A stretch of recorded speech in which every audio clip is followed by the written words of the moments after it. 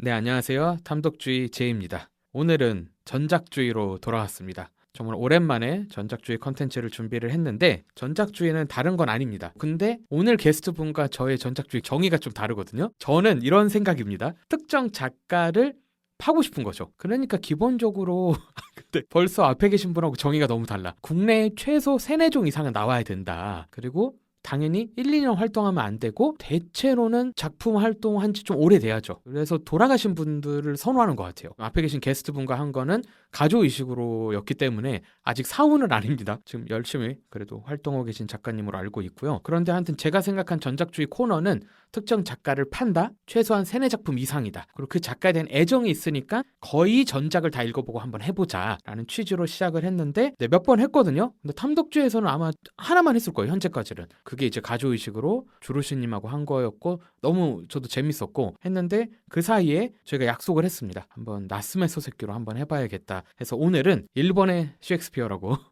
불리는 나스메 소새끼 전작주의 특집으로 찾아왔습니다. 네, 앞에 게스트분 나오셔서 바로 인사 부탁드립니다. 안녕하세요. 주로시입니다. 자주 인사드립니다. 네, 지금만 아마 착하신 모드일 거고 좀 이따 이제 저희 둘이 싸움은 아니고 이제 재미난 의견들을 주고받을 텐데 저희 어쩌다 나스메 소새끼를 하게 됐죠? 그러게요. 저도 그 이제 시작에 대해서는 좀 잊어버렸는데요. 어쩌다 하게 됐죠? 올해는 전작주의를 쭉 하고 싶다라는 생각이 좀 있었고, 그래서 작가를 고르던 와중에 아마 이렇게 얘기하다가 그냥 툭 튀어나온 것 같기는 해요. 그쵸? 뭔가 좀 사건이 있었나요? 우리 사이에? 우리 사이에 그러니까 사건은 아니고 제 기억으론 이제 뭐 이거는 좀 편집될 수 있지만 아마 이쯤 돼서 이제 4월부터 주로시님을 보기가 좀 어려워질 수도 있어서 한 1년 정도 얘기해도 되나? UQ? 그럼요. 네네네. 육아휴직을 쓰실 예정이라 그래서 그 전에 뭔가를 해야 된다고 작년에 저희가 그래서 맞아요. 고민을 한 맞아요. 거죠. 그럼 뭘 하면 좋을까? 아 그러면 내년 육아휴직 직전에 나스면스 새끼 전작주의를 하자. 그래서 거의 1년 한 10개월 전쯤 약속을 해서 저는 그 사이사이 계속 읽어가면서 야금야금 현암사 기준으로는 다 읽었습니다. 그래서 저는 전작주의를 약간 좀 컴팩트하게, 그러니까 짧은 시간 안에 다 읽는 거를 조금 선호해서 그걸 누가 컴팩트하다 그래요? 짧은 시간에 그것만 읽는 거잖아요. 작년에 12월부터 시작했고 11, 2, 3, 지금 4개월 됐는데 지금 저는 10권을 읽었고 총 4권이 남았는데 그중에 하나는 예전에도 읽은 거고 정말 문자 그대로 한 번도 읽지 않은 책은 3권이 남았습니다. 그래도 전작주의로 저희는 할 수 있고요. 네. 왜냐면 그렇게 치면 일본 출판물 다 봐야 되잖아요. 근데 그럴 수는 없고 번역된 것도 꽤 많지만 그래도 오늘 아마 저희가 얘기할 시리즈는 현암사에서 나온 나스메스키 전집이 중심에 있을 거고요. 소설이죠. 네네. 네. 저는 아마 주변부 얘기, 기담집도 조금 언급은 하긴 할 텐데 하여튼 이 전집이 너무 좋고 음. 이건 광고가 아닌데 왜 좋냐면 여러 이유가 있습니다. 첫 번째, 밀리의 서재 다 있다. 두 번째, 책이 아름다운데 종이책이 실제로 양장이고요. 다 싸요. 예전에 나온 맞아요. 책이라 맞아요. 한 쌉니다. 10년 됐잖아요. 네. 그래서 양장이지만 지금 생각해보면 진짜 솔직히 가격이 저렴하죠. 엄청 저렴하죠. 심지어 앞부분에 나스메 스세키 사진, 뭐 살았던 집 이런 자료들을 사도 그러니까 사진으로 쫙 앞면에 있거든요. 맞아요. 이거는 집에 공간만 좀 괜찮으면 제가 본 전집 사셔도 후회하시지 않는다. 그렇지만 저는 밀리의 서재로 읽고 있습니다. 하지만 저도 대부분 밀리의 서재로 읽었고요. 심지어 제 앞에 있는 문은 엄청 깨끗해요. 왜냐하면 이걸 사고 깨달았어요. 전 사실 기담집이 밀리의 서재에 있나 검색을 해봤거든요. 다른 게 나오더라고요. 현암사 전집이 있는 걸 보고 그때부터는 또 저희가 또 인터넷이래 디지털 시대를 살아가고 있지 않습니까? 그래서 밀리의 서재로도 보실 수 있어서 접근성이 참 좋다. 그리고 생각해보면 일본에 여러 작가들이 있습니다. 뭐 작품들이 떠오르고 작가 이름들이 떠오르긴 하는데 저한테는 제일 스테레오타입화된 전형적인 일본 문학 하면은 사실 나스메 스즈키가 떠오르기도 하고요. 어떤 특정 감정을 막 강요하거나 이런 느낌보다는 그냥 서정적이다라는 이미지에도 나스메 스즈키가 좀 잘 어울립니다. 물론 실제로 읽어보면 아닌 작품들도 있긴 한데 대체로는 그냥 일본 하다 할 때 저는 소세키가 떠올라서 또 전작주의를 하기에 기뻤고 특별히 그 계기가 된 작품은 한 2작품 정도 있었던 것 같아요. 3작품이죠. 마음, 도련님, 그리고 저는 그 후. 미리 밝히자면 이게 좀 웃긴 얘기인데 저는 나스메 소세키를 알고는 있었어요. 근데 언제 읽지 정도의 마음만 있었습니다. 그러다가 언제 읽었냐면 엔트러 사이트에 지금은 모르는데 아직 있어요. 원두를 사면은 맞아요. 원두 포장지에 작품들이 인용이 돼요. 그 원두도 작가 이름이잖아요. 네네. 그치? 나스메 소세키, 그다음에 네, 뭐 네. 윌리엄 블레이크도 있고 또 맞아요. 누구 있었죠? 윌리엄 블레이크 나스메 소세키 모르겠어요. 저는 산미 있는 걸 좋아해서 윌리엄 블레이크만 먹었거든요. 네, 이렇게 있어요. 작가들을 활용을 하고 지금도 합정 엔터러 사이트 가면 막 나스멜 소세키 사진 초상화 같은 그래픽 작업도 있거든요. 그러니까 좀 진심인 것 같아요. 근데 그 나스멜 소세키 원두 포장지 뒷면이 그 후가 인용되는데 그걸 제가 군대에서 어렵게 주문해서 딱 마시고 있는데 뒷면을 멀리서 바라보는데 그 문구가 너무 들어오는 거예요. 그래서 그 후로 시작을 했어요. 저는 역설적으로. 근데 너무 좋아서 그 다음부터 거의 모든 작품을 읽어봐야겠다 했지만 마음 읽고 도련님 읽고 한두 작품 읽고 좀 대기한 상태였다가 마음만 그리고 저는 한 4-5번 넘게 읽었던 것 같아요. 왜냐면 여러 출판사에서 새로운 판역 뭐 번역으로 나왔기 때문에 그런 식으로 읽었던 것 같습니다.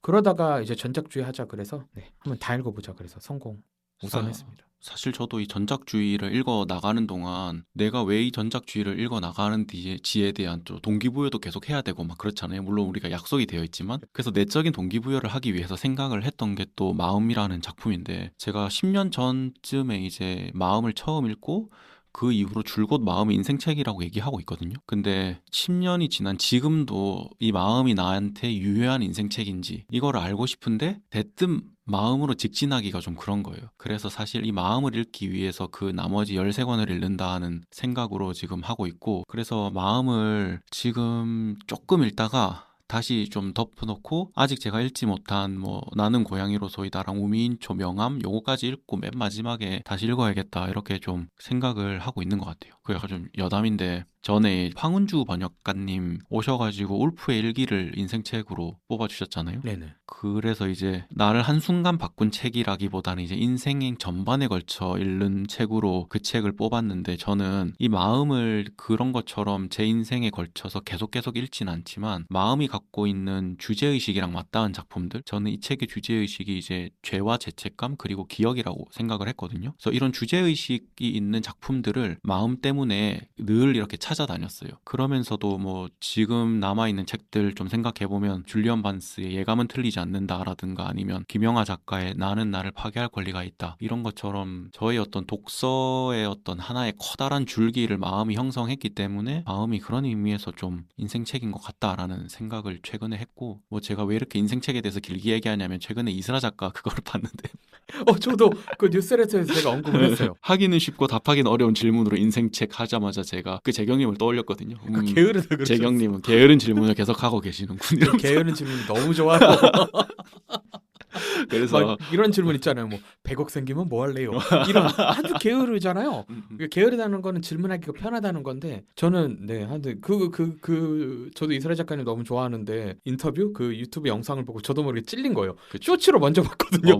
그 장면이. 그래서 그렇지. 게으른 거 맞는데 난 게으를래 그럼 약간 이런 모드로 많이 묻죠. 저는 그래서 뭔가 좀 이야기를 좀 더 덧붙여서 만들어봤습니다. 인생책에 대한 우리끼리 변. 구체적으로 좀 얘기해야 돼서 인생책을 말하게 된 변. 뭐 이런 식으로. 그렇죠. 맞아요. 근데 이제 주로치님 얘기를 들어보니까 뭔가 그냥 막 들으시는 분들이 나스멜 소세키 얘기를 할 거구나. 마음을 좋아하시는구나.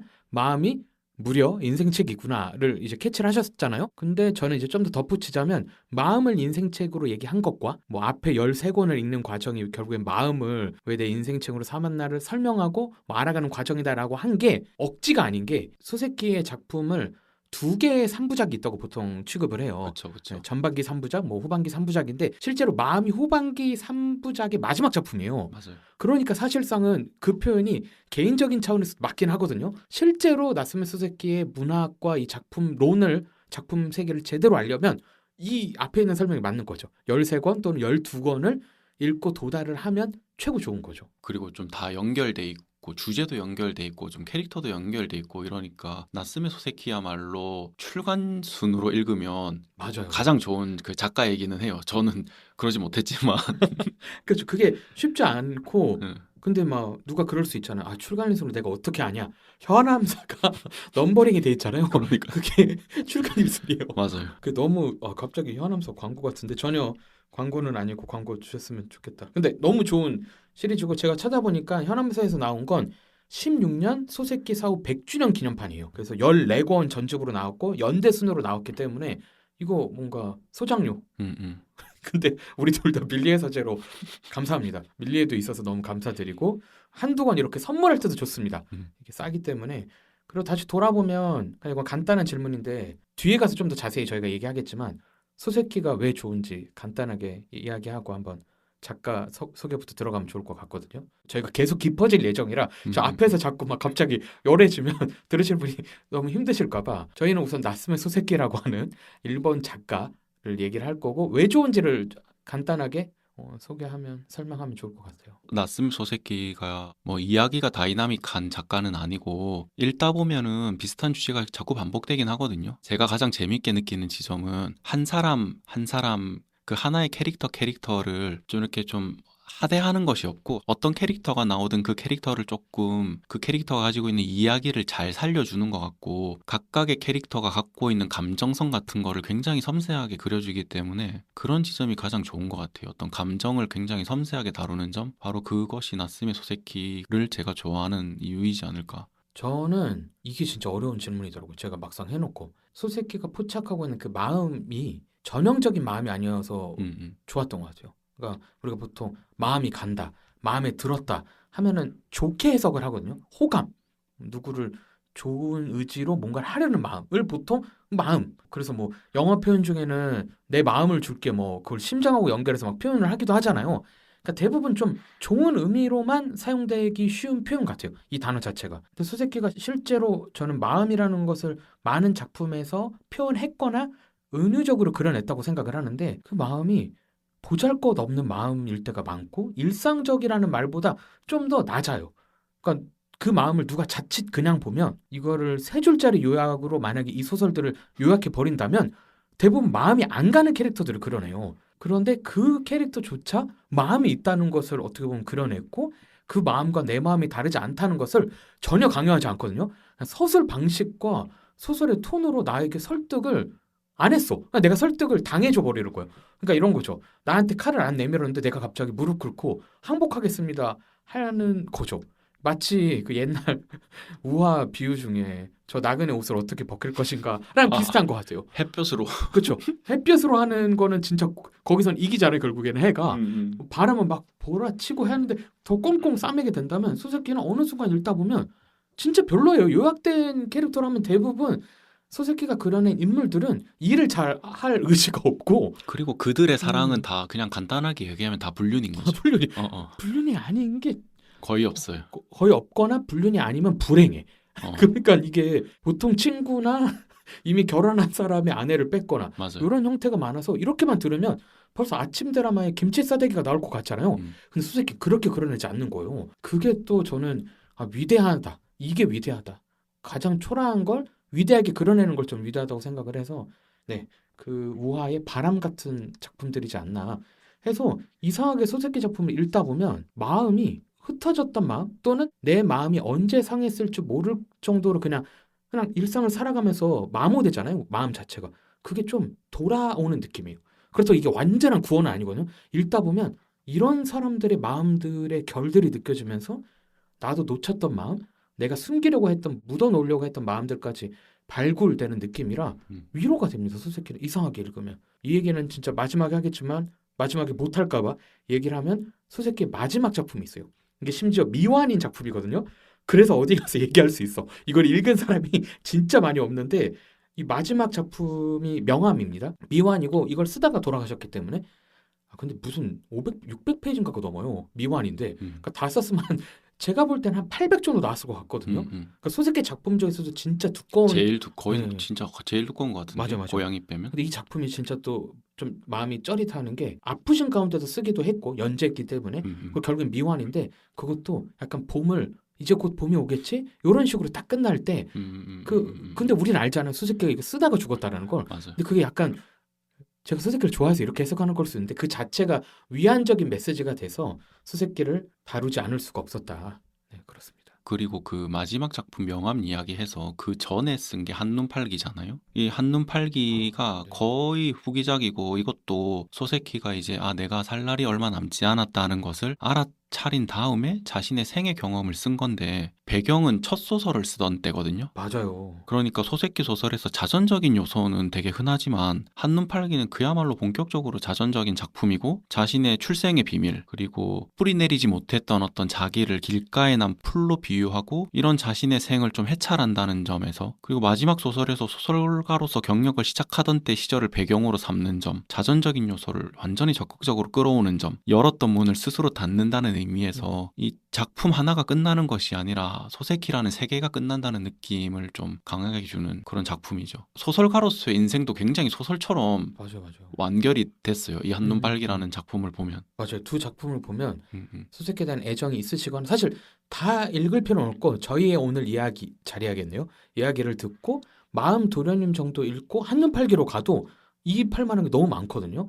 그런데 알면 알수록 이 두 마지막에 쓴 두 작품이 이상하게 제 마음이 자꾸 걸려요. 분명히 마음이 더 좋거든요. 저는 개인적으로 지금 마음과 도련님 이런 작품들이 떠오르긴 하는데 실제로 다 읽고 이제 덩그러니 앉아 있으면 이 마지막에 미화아닌 명암 근데 너무 두꺼워서 얘는 추천이 어렵지만 한눈 팔기에는 진짜 마음에 계속 걸려 있어요. 이게 마치 소세키가 마지막으로 제대로 건넨 말이기 때문에 더 그런 것 같아요. 그러니까 한눈 팔기 줄거리 뭐 잠깐 이야기하면은 겐조라는 주인공인데 집에 돌아오다가 뭔가 어디서 본 것 같은 남자를 보는데 가만히 생각해 보니까 어릴 때 자기를 입양했다가 다시 파양시킨 양부였던 거죠. 그쵸. 근데 소세키가 실제로 그랬던 전적이 있잖아요. 두 번이나 그랬죠. 그러니까요. 그래서 완전 자기 이야기를 하는 건데 그 이후로도 그 양부가 겐조의 집에 자꾸 찾아와서 돈을 달라고 하고 뭐 양모를 만나게 하고 뭐 약간 요런 이제 이야기인 거죠. 그래서 그쵸. 자기의 이야기죠. 근데 생각보다 소세키는 전반적으로 자신의 경험들이 토대가 돼요. 그래서 뭐 음. 교직에선 캐릭터들이 나온다든지 맞아요. 좀 한리한 캐릭터가 나온다든지 뭐 음. 이런 요소들이 있긴 한데 한눈 팔기에서야말로 그냥 자신의 어떻게 보면 내밀하고 이런 얘기를 재료로 삼은 정도가 아니라 그냥 그 얘기를 하려고 쓴 느낌이 있어서 음. 더 애틋하게 읽을 수 있는 소설 같아요. 그리고 제가 생각했을 때 재경님이 왜 한눈 팔기랑 명함이 딱 마음에 콕 박히냐면 전작주의를 했기 때문에 아. 그렇죠. 사실 전작주의를 하면 작가를 사랑할 수밖에 없어요. 그렇죠. 어. 이렇게 여러분 애정하는 작가가 있으면 한번 전작주의 당연히 해보시면 좋죠. 아마 알아서 하고 계실 거예요 지금은. 그 저는 진짜 제가 해보고 싶은 게 내가 싫어하는 작가의 전작주의를 한번 하면 어떨까라고 생각하고 있거든요. 와우. 그 중에 유력한 후보가 다자이 오사무예요. 그 다자이 오사무를 싫어하는 것까지는 아니에요. 근데 뭐 엄청 좋진 않네. 이 정도거든요. 아. 근데 다자이 오사무의 전작을 한번 해봐? 왜냐하면 이 나스메 소세키를 읽다 보니까 여기 나오는 등장인물들이 너무 다자이 오사무의 등장인물 같기도 하고 뭐 미시마 유키오 작품의 등장인물 같기도 하고 조금 더 나아가면 뭐 아베 코보 작품의 등장인물 같기도 하고 괜히 나스메 소세키가 어떤 그 일문학의 토대가 되는 게 아니구나라는 그런 것들이 느껴지더라고요. 그래서 일문학을 조금 더 읽어볼까라는 생각이 드는데 그 와중에 그럼 조금 약간 비틀어서 내가 다자이 오사무 별로 안 좋아하지만 다자이 오사무의 전작주의를 하면 내가 그를 사랑할 수 있을까라는 그런 생각이 좀 들어요. 오, 그거 궁금하네요. 혹시 하시게 된다면 저는 안 오고. 저도 다자요사무를 고르세요. 다자이 오사무 전작주의 아니면 쿤데라 전작주의. 왜 저한테 이렇게 쿤데라가 너무 어려운데. 쿤데라는 둘다 어려워요. 15권이에요. 다자이 오사무는 그렇게 많지 않잖아요. 네, 그러니까요. 왜냐면 다자오사무 저 오늘 그 얘기하려고 그랬는데 다자오사무와 나스메 수즈키가 얼마나 나한텐 다른지 얘기하려고 했더니 갑자기 다르긴 하죠. 다르긴 한데. 그쵸. 가끔씩 생각나는 네, 캐릭터들이 생각나요. 있어요. 왜냐면 사실 요약하면 인물이 똑같은 인물이에요. 근데 그걸 표현하는 방식이 너무 다르니까 거기서 이제 오는 차이점이 큰데 네, 한번 둘 다 어렵다. 저도 쿤데라 저는 진짜 수도 없이 시도했죠. 한 4-5번 시도했다가 지금 누가 쿤데라 작품 읽었냐 그러면 안 읽었다 그래요. 근데 그 이유를 아시겠죠? 내가 소화를 못했다. 근데 그게 당연히 텍스트를 못 읽겠다는 아니고 읽고 싶지 않다였어요. 그래서 야, 근데 그러면 15권 힘들죠. 그렇죠. 15권 쉽지 않죠. 다자오사 뭔가 권수는 더 적네. 훨씬 적어요. 한번 이거는 오늘 소세키가 성공적으로 간다면 네, 그럼 한번 저희 나스메 소세키 작가에 대해서 전반적으로 훑어보면서 작품으로 들어갈 겁니다. 그래서 연역을 제가 좀 정리를 했는데 근데 이게 그렇다고 해서 소세키 토파보기를 제가 제목은 했지만 이 정보가 무조건적으로 필요하다는 아닐 수 있어요. 사람마다 다를 수 있는데 저는 대체로 책을 읽을 때 역사 아니면 작가 비평이라는 접근을 합니다. 이게 말이 어려운 게 아니라 그냥 그 작가가 어느 시대에 어느 상황에 있었는지, 그리고 작가에 대한 거는 그 작가 어떤 삶을 살았는지, 이 두 개가 살짝 비슷하면서도 달라요. 그러니까 예를 들면은 나스메 소세키가 실제로 그러니까 양부모한테 갔었다라는 기록은 작가 비평적으로 읽는 거죠. 근데 그 시대를 얘기를 하면서 천황시기였다는 사실상 역사 또는 시대 비평으로 들어가기 때문에 이 두 개를 왔다 갔다 하면서 읽어서 저한테는 해외 문학, 세계 문학 읽을 때 제일 중요한 게 그 연역 음, 또는 음, 연대표 있잖아요. 음. 그거를 심지어 작품 읽기 전에도 읽어요. 그게 되게 뭐라 해야 될까? 내가 해석을 제대로 하기 위한 자리매김이라고 해야 될까? 그래서 이거를 활용하시면 이것만이 정답은 아닌데 이게 꽤 유용합니다. 그 해외 문학은 그런 것이 조금 유효하긴 한 것 같아요. 음. 왜냐하면은 그 헨리 제임스가 소설이라는 예술이라는 에세이를 썼는데 거기서 소설을 두고 삶을 완벽하게 재현하는 것이 소설이다. 라고 하거든요. 그래서 그런 전통이 있는 거잖아요. 그런 전통 안에서는 이런 어떤 작가의 연역이나 이런 작가의 어떤 개인적인 TMI 같은 것들을 아는 것이 꽤 훌륭한 독법이 될 수 있는 거죠. 그렇죠, 그렇죠. 그런데 예외적인 인물들이 가끔은 등장을 합니다. 음. 예를 들면 셰익스피어예요. 제가 셰익스피어 어디서 요청이 와서 나름 좀 짧은 특강 같은 거 준비하고 있는데 셰익스피어가 진짜 어려운 게 자전 기록이 진짜 적어요. 그러니까 이 작가 비평을 하려면 작가에 대해서 알아서 좀 분석을 하고 싶은데 너무 적은 거예요. 그래서 그 틈이 좀 있거든요. 그 약간 사생활적인 기록들이 있는 그걸로 소설이 나온 게 햄릿이 나온 거예요. 실제 셰익스피어의 아들의 이름이고 햄릿이었고, 근데 그게 당시에는 햄릿이 서로 교차하면서 사용이 됐거든요. 그런데 그게 실제 셰익스피어가 쓴 희곡이었던 햄릿하고 어떻게 연관되는지는 많은 셰익스피어 전문가들이 너무 좋아하는 연구였어요. 왜냐하면 사생활이 너무 안 드러나가지고. 그렇게요. 네, 재밌겠네요. 그래서 그런 작업들이 됐고 최근에 또 햄릿 영화까지 개봉이 맞아요, 됐잖아요. 맞아요, 맞아요. 너무 할 게 없었어요. 셰익스피어 같은 경우에. 음. 근데 그와 반면에 웬만한 작가는 사적인 부분이 많이 들어가 있죠. 제가 좋아하는 작가 중에 지금 막 떠오른 게 브론테 자매들 같은 경우에는 거의 자신들의 생활에서 소설이 나왔고. 그리고 서한집도 네. 남아 있고. 맞아요, 맞아요. 그래서 사실 나스메 소세키도 서한집이 남아 있잖아요. 맞아요. 그래서 그런 식으로 추적을 하는 게 국내 문학은 잘 모르겠지만 세계 문학, 해외 문학 읽을 때는 확실히 도움이 되니까 이런 식으로 한번 따라가도 그러니까 좋습니다. 전 국내 문학은 작가 정보 없는 게 훨씬 낫다는 편이에요. 왜냐하면 또 사실 그런 작가와 작품을 분리하는 할수록 이제 현대에 가까워지는 거니까. 맞아요. 지금 대체로 좋아하는 국내 문학 작가들 여러분을 생각해 보시면 아직 저희랑 동년배일 확률이 높거든요. 그러니까 아직 연역을 이렇게 정리하기에는 무슨 초등학교 들어갔다고 그때 글을 쓰질 않았으니까. 네, 그렇습니다. 그래서 고전 읽을 땐 이런 게 좋아서 제가 찾아보니까 우선 제가 이번에 안 건데 나스메 소세키 하면 너무 이름 같지 않아요, 너무? 근데 소세키가 필명이었어요. 그거 듣고 약간 나름의 이거 필명이었어? 너무 좋은 필명이다 했는데 실제로 찾아보니까 자신과 친했던 친구가 준 필명이 여러 개가 있대요. 근데 그중에서 소세키를 심지어 그 친구가 엮은 책에 비평을 실을 때 소세키를 쓴 거예요. 그러니까 되게 우정 가운데서 나온 필명이고요. 실제 본명은 긴노스케입니다. 맞아요. 그러니까 시오바라 나스메 긴노스케. 맞아요. 근데 워낙 소세키로 오래 활동을 해서 그래서 정체를 숨기고 활동하진 않아서 그냥 일본이 너무 사랑하는 국민 작가 중에 대놓고 딱 한 명 하면 사실 나스메 소세키죠. 그 근거 중에 하나가 지금은 아닌데 1,000엔 지폐 초상이 들어갔었어요. 맞아요. 그러니까 우리나라로 치면은 1,000엔이 진짜 큰 거거든요. 그러니까 10,000원권이에요. 그러니까 거의 우리나라 10,000원권 누구죠 지금? 10,000원권을 쓴 적이 최근에 없네. 모른다. 세종 아니에요? 세종 1,000원인가?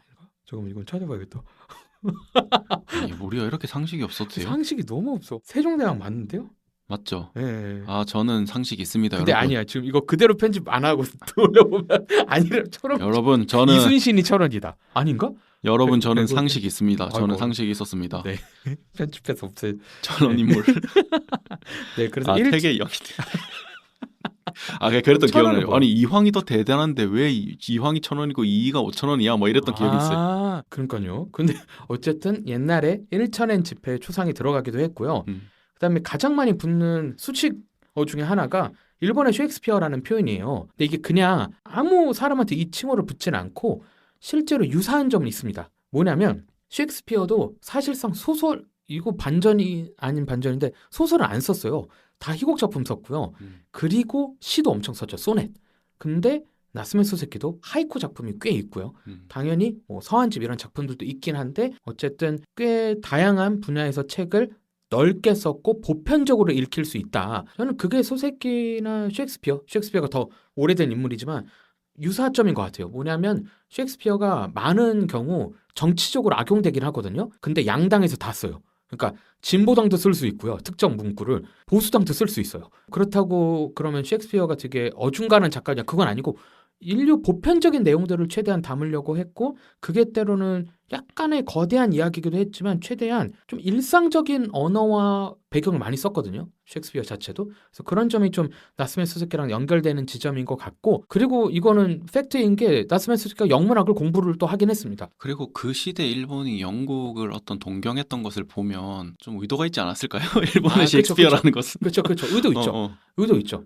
그리고 저희들이 좀 이따도 살짝 언급은 되겠지만 이 시대가 여러분도 알고 저희도 아는 일제강점기랑 겹치거든요. 맞아요. 소세키 말년 이렇게 쭉 이어가면은 그래서 당연히 나스메 소세키에 대한 칭송 이런 것 가운데 일본이 사용했겠죠. 소위 말하는 자신들의 선전용어로. 맞아요. 네, 그래서 그거를 감안하고 듣긴 해야 됩니다. 하지만 저희가 찾은 결과 막 일본을 지지한다거나 뭐 조선에 대한 침략을 막 옹호하고 이런 건 다행히 전혀 없고요. 다만 시대적 배경상 만주를 놀러 오기도 하고 조선 그러니까 당시엔 이제 소위 말하는 만주를 포함한 조선 또는 대한제국을 방문하긴 했습니다. 하지만 그건 여행이었기 때문에 그렇게 대놓고 막 일본의 행태를 칭송한다거나 이런 식으로 다행히 기록된 건 없고요. 그냥 언급 정도는 있어서 안도하긴 했습니다. 뭐 그렇긴 하지만 뭐 풀베개 같은 작품 보면은 배경이 러일 전쟁 중인데 거기 나오는 등장인물들은 어떤 자아를 확립하기 위해 투쟁을 하지만 조선인의 입장으로 보면 짜증나긴 하죠. 맞아. 그런 건 있어요.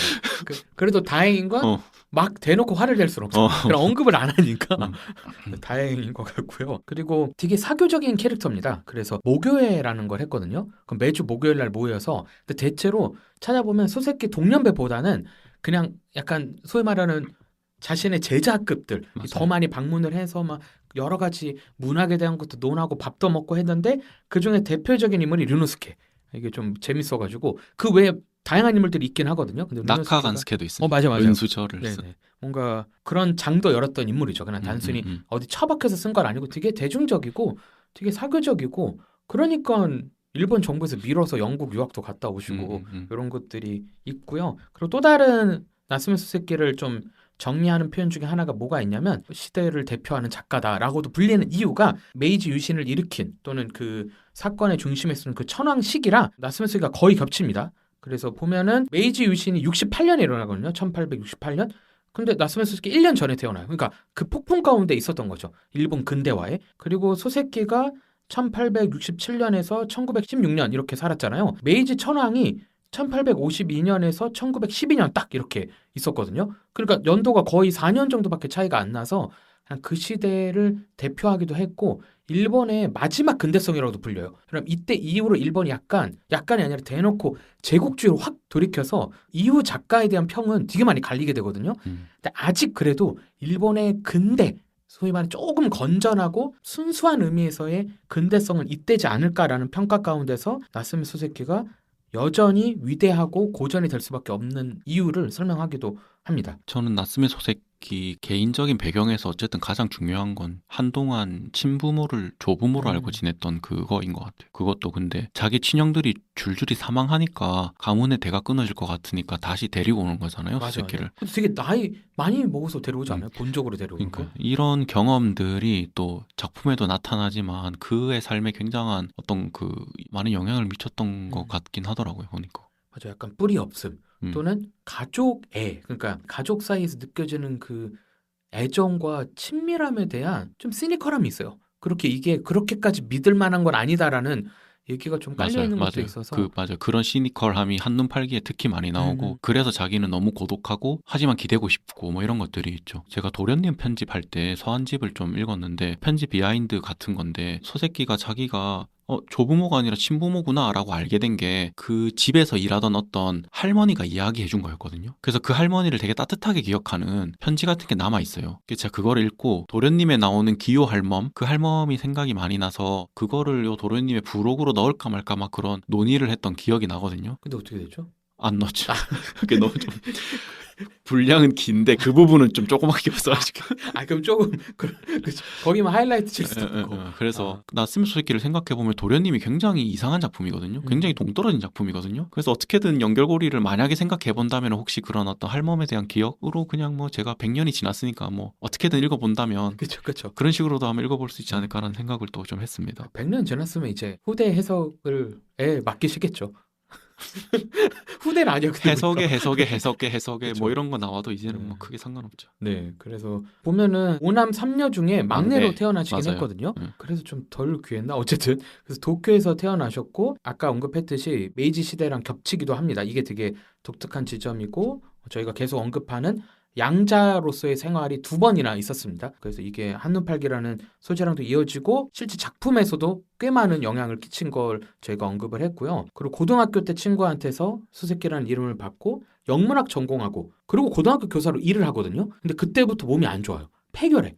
그러니까 그 시대에 근데 이건 한 18세기부터 시작되긴 하는데 18, 19, 20세기에 걸쳐서 이 소위 말하는 항생제가 나오기 전에는 웬만한 캐릭터 그 소설 속 인물이 비 맞으면 갑자기 죽거든요. 근데 그게 몸이 병약해서가 아니라 그것도 있지만 그냥 결핵이나 폐렴 갑자기 생기면 그냥 죽는 거예요. 열 때문에. 우리나라 작가도 그런 소재가 많고 또 그것 때문에 고생한 작가도 많잖아요. 네네. 그래서 폐결핵을 진단을 받지만 약 먹고 어떻게든 삽니다. 하지만 몸은 안 좋고요. 그리고 96년에 갑자기 결혼을 하긴 하는데 1년 정도 약혼한 사이랑 사이가 좋지는 않았어요. 그래서 계속 불화가 좀 있었고 그리고 영국에서 셰익스피어 공부를 하러 또 갑니다. 심지어 일본 정부가 지원을 해서 간 건데 온갖 어려움을 다 겪어요. 경제적, 심리적, 그 신경쇠약까지 얻어서 편지가 있어요. 일본 정부에서 다른 나라 독일 쪽에 있는 유학생인가? 그러니까 지원해서 간 일본 학생한테 수색히 데려서 귀국하라고 해서 돌아옵니다. 다행히 돌아와서 대학 강사로 활동을 시작하고 1905년에 데뷔작 나는 고양이로서이다 발표하고 연이어서 도련님 풀베개로 대중적인 인기를 얻고요. 그리고 1907년에 이제 아사히 신문에 어느 자료로 보면 입사했다 뭐 이렇게도 표현되는데 입사라기보다는 전속 작가가 돼요. 그러니까 모든 글은 이제 웬만하면 아사히 신문에서 연재를 할 것이다. 그래서 쭉 연달아 나온 게 산시로 그 후 문 이렇게 작품들이 나오는데 이게 소위 말하는 전반기 3부작입니다. 맞아요. 전반기 소세키의 작품을 좀 설명하는 주요 작품 3권으로 얘기를 하는데 근데 대단한 게 거의 연이어서 사실 후반기에 3부작으로 불려지는 작품들도 거의 바로 작업을 하거든요. 하지만 그 사이에 중요한 사건이 사실은 문을 쓰기 전인데 1910년에 온천에서 각혈하는 사건이 있습니다. 근데 그때만 돼도 이미 나스메 소세키는 뭐랄까 일본 정부의 지원과 대중의 지지를 받아서 인기가 많은 작가였거든요. 근데 각혈을 너무 심하게 해서 이때 한 30분 정도 의식을 잃고 막 진짜 위험한 상황이 돼요. 그래서 이때를 부르는 용어가 있어요. 슈젠지라는 온천 쪽에서 있었던 사건이어서 슈젠지 대환해서 막 신문에도 보도가 되는데 이때 전후로 소세키의 작품 세계가 좀 뭐라 될까 바뀌었다라는 평도 꽤 많거든요. 그래서 이게 좀 중요하고 그리고 후반기 3부작이 춘분 지나고까지 그다음 행인 마음으로 이렇게 쭉 이어지는데 거의 1년 차이로 계속 써요. 근데 그 이유가 소세키가 부지런한 것도 맞긴 한데 신문 소속이잖아요. 그러니까 연재를 계속 해야 돼요. 그래서 연재를 하고 그걸 소설로 묶고 그래서 이렇게 주요한 후반기 3부작도 나오는데 이 마음까지 마무리를 하고 당뇨까지 얻습니다. 그리고 결국에는 1916년에 위궤양으로 평생 고생을 하긴 했는데 이때 이게 심해져서 죽게 되고 그때는 명암이라는 작품을 집필하다가 사망하시게 됩니다. 그 사이에 나온 거는 한눈팔기도 있는데 짧게 사셨죠. 왜냐면 49세에 돌아가셨기 때문에 그렇게 오래 살지는 않으셨지만 작품 활동은 아사히 신문 연재 덕분에 꽤 많이 나왔습니다. 그래서 현암사에서 나온 거는 14권을 이제 전집으로 할 수 있을 만큼 맞아요. 웬만한 작품들이 연이어서 이렇게 나온 작가입니다. 맞아요. 역시 마감이 있어야 돼 뭐든. 그렇죠. 마감이 사실 저희 둘도 지금 제가 얼마 전에 시작한 디깅 클럽에서 네. 김금희 작가님 제가 원고를 부탁을 했는데 다 일정이 다 겹쳤어. 저 진짜 그 원고 쓰려고 오늘 연차 썼어요.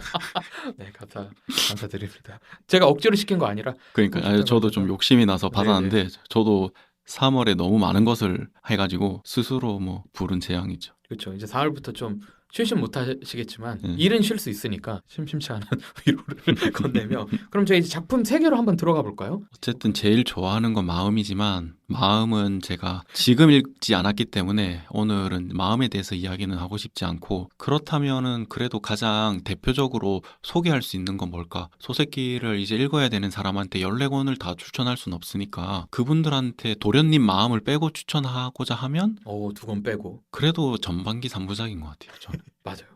산시로 그 후 문이 진짜 굉장히 아름답고, 아까 재경님이 말씀해 주신 것처럼 그 마음에 대해서 굉장히 섬세하게 다루거든요. 그래서 이 3부작을 좀 추천하고 싶은데, 줄거리를 각각 진짜 간단하게만 얘기하면, 산시로는 규슈 시골에서 이제 도쿄 대학에 입학한 순진하고 순박한 청년 산시로가 그렇죠. 도시에 적응하고 복잡한 인간관계를 견뎌내고 맛보고 처음.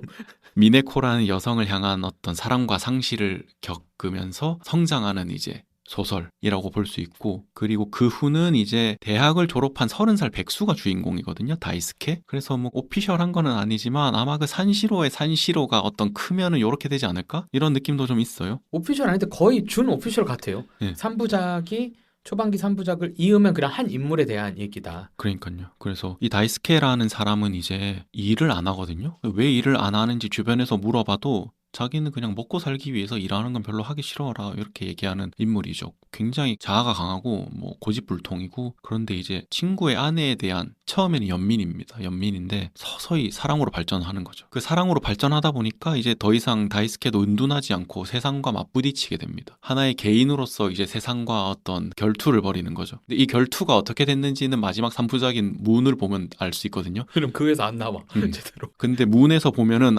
다이스케는 철저하게 패배했구나 라고 느껴지는 게 뭐냐면, 친구를 배반한 뒤에 죄의식을 느끼면서 살아가는 어떤 남성의 내면을 그린 것이 3부작 마지막인 문이거든요. 그래서 이 문은 당연히 그 후와 밀접하게 연결되어 있고, 마음으로 대표되는 후기작을 잇는 다리처럼 이제 보이기도 합니다. 그래서 문은 이제 사회와 내가 바라던 어떤 미래, 거기서 추방된 두 사람이, 다른 사람이 그들에게 들어올 수 있는 문도 닫고, 그들이 세상으로 나갈 수 있는 문도 닫고, 그래서 사실상 이 제목이 문이지만 두 사람 인생에는 문이 하나도 없어요. 그렇죠. 그게 아이러니하죠. 창문이 하나도 없는 방에 어떤 갇혀있는 그런 느낌이죠. 그래서 이것이 좋은 이유는 어떤 사건을 다루는 게 아니라 사건이 지나고 난 이후에 남아있는 풍경 같은 거를 다루는 점, 이것이 굉장히 좋고, 마찬가지로 굉장히 감정이 섬세하게 묘사되어 있거든요. 그런 의미에서 역시 저는 3부작이 다시 읽어도 엄청 좋아서 꼭 추천하고 싶어요. 맞아요. 좋다. 왜냐하면 뭐 여러 요인들이 있겠지만 아까 말했던 슈젠지 대환 같은 사건 때문에 좀 급해진 마음도 있을 거예요. 왜냐면 자신의 정말 언제 죽을지 모른다는 그 위기감으로 저는 후반기 작품들이 되게 다크해졌다고 좀 생각을 하거든요. 더 어두워졌다? 그래서 저는 그래도 소세키가 좀 무한하진 않아요. 소세키가 그렇다고 초반기 작품이 막 마냥 밝거나, 한 작품 빼고 나는 고양이로 쏘이다는 진짜 밝아요. 나는 고양이로 쏘이다를 한 5번 시도했거든요. 근데 왜 못 버텼냐면 고양이 화자인 거에 제가 적응을 잘 못하겠는 마음이 컸고, 또 문제는 제가 마음을 제일 좋아하는데 마음이 문제야. 왜냐면 이게 후반기 3부작이잖아요. 마지막 작품이죠. 고양이는 데뷔작이잖아요. 네. 이 격차가 너무 큰 거예요. 그러니까 톤이 달라요. 여기서는 재밌는 일본 작가예요. 저도 근데 그래서 그런지 고양이를 읽고 싶다는 생각이 잘 안 들어요. 근데 저도 추천을 막 하진 않아요. 그래서 사실 아직도 못 읽었고. 근데 저는 그래서 여기서만 밝히면 나는 고양이로 쏘이다가 중간에 계속 실패해서 이 현암사 전집 다시 읽을 때 거의 마지막쯤에 다시 시도했어요. 그러니까 다시 또 잘 읽혀. 그러니까 왜냐면 전 이미 전작주의를 했기 때문에 작가의 거의 이런 느낌이에요. 첫 작품을 썼을 때 얼마나 밝았고, 그래도 아직 안 아파서 덜 아팠거든요. 건강하고, 그리고 자신이 작가로서 살지 말지, 그러니까 확 써보자라는 그 느낌이 있어서 그 생동감이 느껴져서 좀 피식거리고, 그리고 은근히 일본 사회에 대한 비판을 고양이 입으로 하니까 대놓고 하더라고요. 그러니까 다른 작품에 일본 사회에 대한 언급이 있긴 한데 진짜 좀 적거나 뭐 이런 식은 있어요. 제가 기억나는 것도 마음에서 일본 사회에 대한 막 이야기를 한 그 선생님이 얘기를 할 때도 좀 돌려서 얘기를 하거나, 지식인 집단에 대한 막 얘기들은 있어도 사회에 대한 게 좀 직접적이지 않은데, 고양이로서이다는 그냥 고양이잖아요. 그러니까 되게 대놓고 뭐 일본 사람들 막 이러면서 되게 웃겨요. 그래서 다시 읽으니까 좀 재밌다. 하지만 마음과 고양이로서이다는 격차가 너무 커서 주러시님께 추천은 좀 어려울 수는 있어요. 뭐 저도 읽긴 할 건데 네네네. 어쨌든 굉장한 후순위로 지금. 그래서 그 후에서 제일 인상적인 문장은 이것입니다. 사랑만이 남을 뿐이다. 그 사랑의 대상은 다른 사람의 아내였다.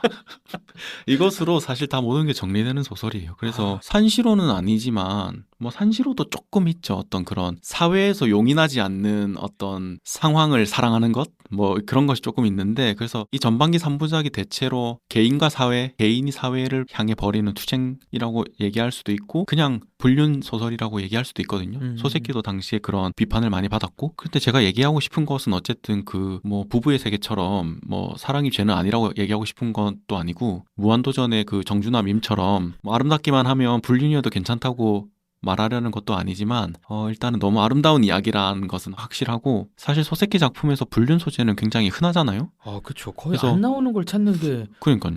그래서 이것 때문에 이제 벌어지는 개인과 사회의 대립이라고 하면은 좀 같은 링에서 겨루는 것 같은데, 그것이 아니라 개인이 자신의 온몸과 일생을 던져도 패배하고 마는 어떤 그런 개인을 보여준다는 점에서 일종의 숭고함 같은 것도 있습니다. 그래서 불륜이라는 소재 자체가 불호가 많은 것은 좀 사실이긴 한데, 저는 이런 소재보다는 이런 소재를 어떻게 다루냐, 이 소재를 통해 개인의 삶을 어떤 모습으로 보여주냐, 이런 것이 조금 더 좋고 재밌는 것 같아요. 중요한 것 같고, 도덕적이지 않으면 더 좋고요. 왜냐하면 그 소설에서 도덕적인 교훈을 넣어야 된다, 그런 그쵸, 것이 아니죠. 필요하다, 뭐 이런 그런 것이 요즘에도 조금 남아 있는데, 저는 그런 거는 좀 별로거든요. 저도 왜냐하면은 그건 그렇다고 제가 뭐 사람 다 죽이는 소설만 좋아하는 이게 아니라 도덕을 지켜야 된다는 규율은 소설은 아닌 것 같다. 그쵸. 쪽입니다. 예. 저는 떠오른 게, 이거는 진짜 약간 뜬금없는데, 제가 작년에 진짜 와 이거지 내가 한때 찾아 헤맸던 이야기지 했던 게 에데나 오브라이언의 8월은 악마의 달이라는 작품이었어요. 근데 그게 그 작품 자체는 좀 비슷해. 불륜 막 이런 이야기인데. 그쵸. 불륜이고 자기 그 자식의 그쵸. 어. 상실 이런 내용인데, 그럼 그게 뭐가 그렇게 대단하냐 했는데, 그게 알고 봤더니 제가 나름 18세기 후 작품들을 좋아하잖아요. 근데 그때 비로소 등장한 게 로맨스라는 개념. 그러니까 그 전까지만 해도 구혼이 더 많았죠. 사실 18세기만 해도 구혼이 더 많아요. 그러니까 이게 진짜 우리가 생각하는 로맨스로 오기엔 진짜 더 오래 걸리지만, 그 전에는 콜트십, 구혼 자체도 거의 안 했죠. 왜냐면 가문끼리 그냥 맺어서 끝나 있는데, 그래도 한 18세기쯤 되니까 구혼이라는 제도가 있어서 데이트를 청하고 부모님들 앞에서 뭐 이런 시스템이 그나마 생기면서, 이게 점차 자본주의화 요렇게 좀 자유시장 쪽으로 넘어오면서는 오늘날의 소위 말하는 이런 연애와 조금씩 가까워지거든요. 근데 이때 소설들의 특징이 뭐냐면 다 그런 흐름이 있어요. 한때는 억압해. 그러니까 예를 들면 에드나 오브라이언 작가님 왜 얘기했냐면, 그 아일랜드 사회는 진짜 한 50년이 뭐야, 한 3, 40년 전만 해도 더 폐쇄적이었거든요. 카톨릭 중심의 막 이런 지침 때문에. 그런데 그 규율들이 풀렸어. 당연히 그 규율이 나쁘다고 생각을 하잖아요, 사람들이. 실제로 종교적인 억압이니까. 근데 그게 딱 없어져서 자유로워졌더니 사람들이 자유연애, 다자연애 등을 해요. 근데 에드나 오브라이언 작가님의 그 8월 악마들 왜 뛰어나냐면, 그러한 자유가 도래해서 불륜을 하든 갑자기 결혼을 했어도 다른 사람을 사랑하든 이런 이야기들을 윤리적으로 막 비판하는 건 아닌데, 그 후에 남겨진 삶에 책임져야 될 것들을 언급을 하는 거예요.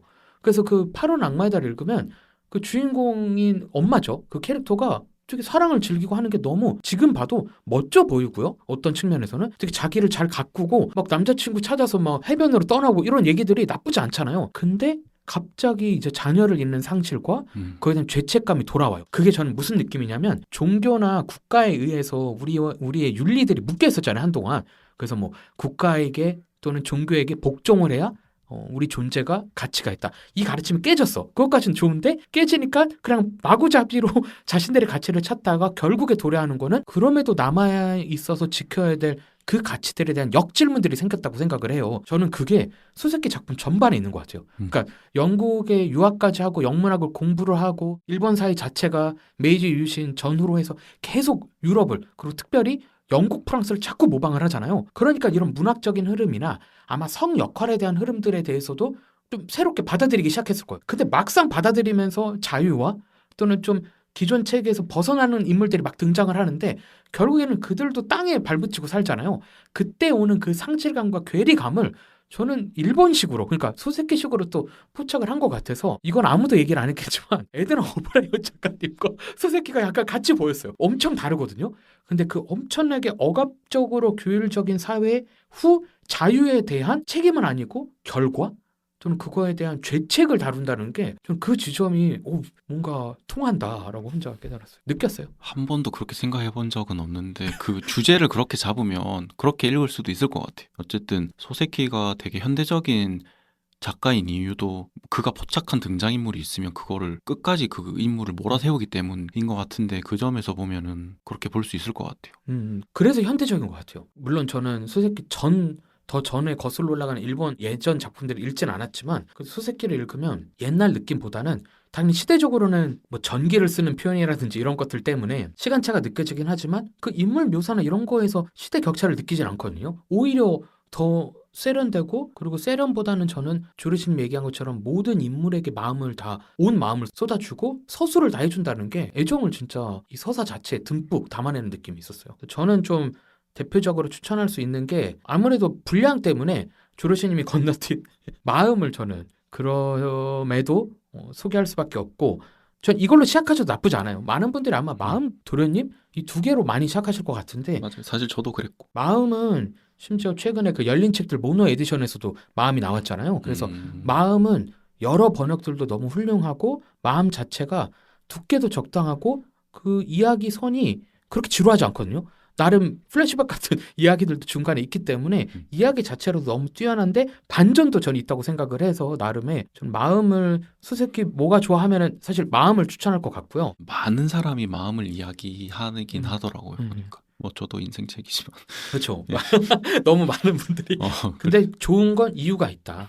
여러모로 다 좋죠. 뭐 언급했듯이 두께, 이해도, 서사의 흥미 모든 게 다 맞춰져 있는데 마지막에 저는 꽤 충격을 받았어요. 그래서 저는 마음을 추천할 수밖에 없고 나는 만약에 마음을 읽었다. 근데 소세키 14권을 어떻게 시작할지 모르겠다. 왜냐하면 딱 1권을 집잖아요. 이 전집에. 그럼 나는 고양이로 쓰기가 너무 두꺼워요. 그래서 이거 시작하기가 좀 그런데 하는 분들에겐 저는 산시로로 시작을 해서 조르신님이 언급한 3권을 3부작으로 읽는 것도 추천할 수 있을 것 같아요. 저는 뭐 그렇게 일단은 대표작으로 분류되는 작품 말고 이번에 읽으면서 좀 재밌었던 2권은 갱부랑 행인이 있거든요. 네네. 일단은 갱부는 그 줄거리를 좀 간략하게 얘기하면 죽으려고 가출한 어떤 부잣집 도련님이 있어요. 근데 자살이라는 것은 아무리 연습해도 능숙해지지 않는구나라는 걸 깨달으면서 그러면 나는 죽지는 못하겠고 자멸해야겠다. 근데 어떻게 자멸할지는 또 모르니까 그냥 뭐 소나무길을 그냥 걸어요. 계속 그렇게 걷다가 갱부에서 일을 할 수 있다고 얘기하는 어떤 알선꾼을 만나거든요. 그 사람을 따라서 광산으로 떠나게 돼요. 그리고 그곳에서 아주 짧게 일하다가 돌아오는 내용이거든요. 이게 줄거리는 그냥 이런 거예요. 도련님의 어떤 체험 삶의 현장 같은 맞아요. 그런 건데 이렇게 생각을 해볼 수 있어요. 왜 가출했나? 왜 죽으려고 했나? 왜 전락하려고 했나? 그 책에 구체적으로는 안 나오는데 여기도 일종의 삼각관계 같은 것이 언급이 되더라고요. 그 문장 중에 그 일이 일어난 배경을 살펴보면 그 중심에는 한 소녀가 있다. 그리고 그 소녀 옆에 또 한 소녀가 있다. 이 두 소녀 주위에 부모가 있다. 친척도 있다. 이런 것들을 보면 또 그 전반기 3부작과 비슷하게 뭐 좀 엮였구나. 삼각관계나 이런 거 사회에서 용인하지 않는 어떤 것으로 어떤 사랑으로 지금 엮였구나. 그렇게 하면서 이렇게 쭉쭉쭉쭉 가다 보면 그 갱부에서 야스 씨라고 어떤 아저씨를 만나는데 그 아저씨가 자기 자신을 가리켜서 자기는 사회에서 받아들여질 수 없는 몸이 되었다. 그 이유는 23때 어떤 여자하고 가까워졌기 때문이다. 이런 내용이 나오거든요. 그 문장을 더 계속 얘기해보면 자세한 이야기는 하지 않겠네만 그것 때문에 중대한 죄를 저질렀네. 죄를 저지르고 정신을 차려보니 이미 사회에서 받아들여질 수 없는 몸이 되어 있었지. 이거를 읽고 제가 생각을 한 게 전반기 3부작인 마지막 작품 문에서 끝난 것이 아니라 사회에서 격리되어서 혹은 자신들을 격리시켜서 조용히 사는 것이 전락의 끝이 아니라 더 어두운 갱으로 들어오는 더 큰 전락이 남아 있었던 건가 혹시? 그래서 같은 세계관으로 생각해 본다면 한 사람이 세상에 맞섰다가 파멸했다가 다 파멸한 줄 알았는데 더 바닥이 있어가지고 굴 속으로 숨어 들어갔다. 그렇죠.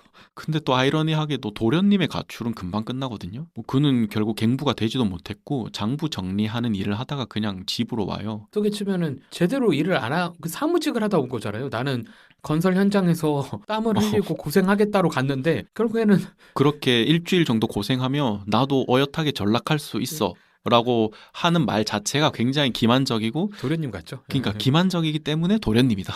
그죠? 근데 그것도 금방 하다가 돌아와. 맞아요. 저는 이 작품이 특히 재밌는 게 나스메 소세키 작품 중에서도 좀 독특한 포지션인 것 같아요. 세상에 맞서지 못하고 패배했거나 패배감에 젖고 있는 주인공을 소세키의 어떤 전반적인 주인공이라고 한다면 훨씬 더 염세적이고 훨씬 더 자기파괴적이고 훨씬 더 수능적이거든요. 그랬을 때 어떤 아베 코보의 모래의 여자 속 어떤 등장인물 같은 느낌도 있고 갱에 들어가면서 이곳은 지옥의 입구라고 하거든요. 그 노동자들이 느끼는 세상에 대한 감각은 프롤레타리아 문학의 어떤 그 대표주자였던 고바야시 다키지라고 있거든요. 또 그 대표작인 개가공선 그런 책도 좀 떠올리게 하고 갱부만 되기 위해서 근데 갱부 주변만 맴돌잖아요. 갱부는 안 들어가고 그런 설정은 카프카의 성도 생각이 나고 안내를 받아서 겨우 들어간 갱 안에 어떤 묘사 같은 거는 카프카의 굴 이런 것도 생각이 나고 뭔가 파티원을 만나서 갱으로 들어가고 거기서 일을 해결한다는 의미에서는 뭐 가조이식으로 파묻힌 거인 뭐 이런 식으로 굉장히 상징 하나를 가지고 이 상징을 끌고 가는 작품이기 때문에 소세키가 그동안 보여줬던 섬세하게 마음을 다루는 작품이랑은 조금 다르고 그런 의미에서 굉장히 흥미롭게 읽었어요. 왜냐하면 소세키 전작주의를 하니까 계속 읽잖아요. 그 섬세한 문장을 계속 보면 좀 질리더라고요. 그럴 때 만난 게 갱부였고 덕분에 굉장히 빠르게 읽었어요. 뭔지 알 것 같아요. 그런 작품들이 숨어 있죠. 저 같은 경우에는 춘분 지나고까지가 조금 문체도 그렇고 장면 연출이 무척 달라요. 톤은 비슷해요. 톤은 비슷한데 춘분 지나고까지는 우선은 단편을 좀 고려한 느낌이 들 정도로 맞아요. 좀 이야기가 잘려 있어요. 그러니까 맞아. 좀 독립적으로 좀 구성이 돼 있고 근데 실상은 첫 번째 이야기에서 시작된 주인공들이 그 두 남자가 한 명이 교체되긴 하는데 그들의 사랑 이야기랑 누구를 만나고 막 이런 얘기긴 하거든요. 그래서 어떻게 보면은 그냥 장편으로 볼 수도 있는데 아무래도 신문 연재를 하니까 한번 이 기회에 좀 끊었나 봐요, 이야기들을. 그래서 그런 느낌이 들어서 저는 춘분 지나고까지를 10번째 이게 책이고 실제로 거의 10번째를 읽은 것 같은데 이걸 좀 환기하는 느낌으로 읽었는데 나중에 깨달았어요. 그중에 비 오는 날이라는 작품이 있거든요. 근데 그 작품이 좀 이상해요. 뭐냐면 앞뒤 내용은 다 연애예요. 주로 연애 누구한테 관심이 생기고 어떤 선생차 막 이런 내용인데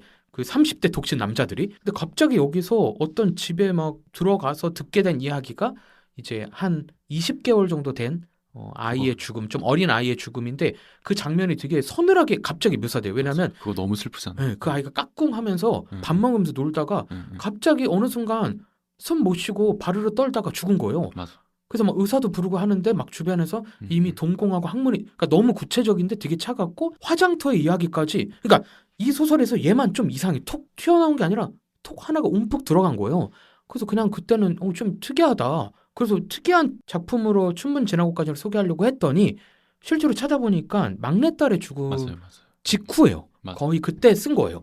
그래서 실제로 소세키가 밝히기를 자신은 이게 딸을 기억하면서 공양하는 마음으로 실제로 썼다라고 한 작품이 들어 있습니다. 그리고 그 아마 서한집에도 그 관련 내용이 좀 있긴 한데 그래서 비 오는 날에 손님 맞는 게 이제 싫어졌다 뭐 이런 게 있거든요. 거기 소설에도 나오잖아요. 소설에도 문장으로 아예 나와요. 그게 굉장히 슬프고 그렇죠. 네, 네. 굉장히 그게 슬프죠.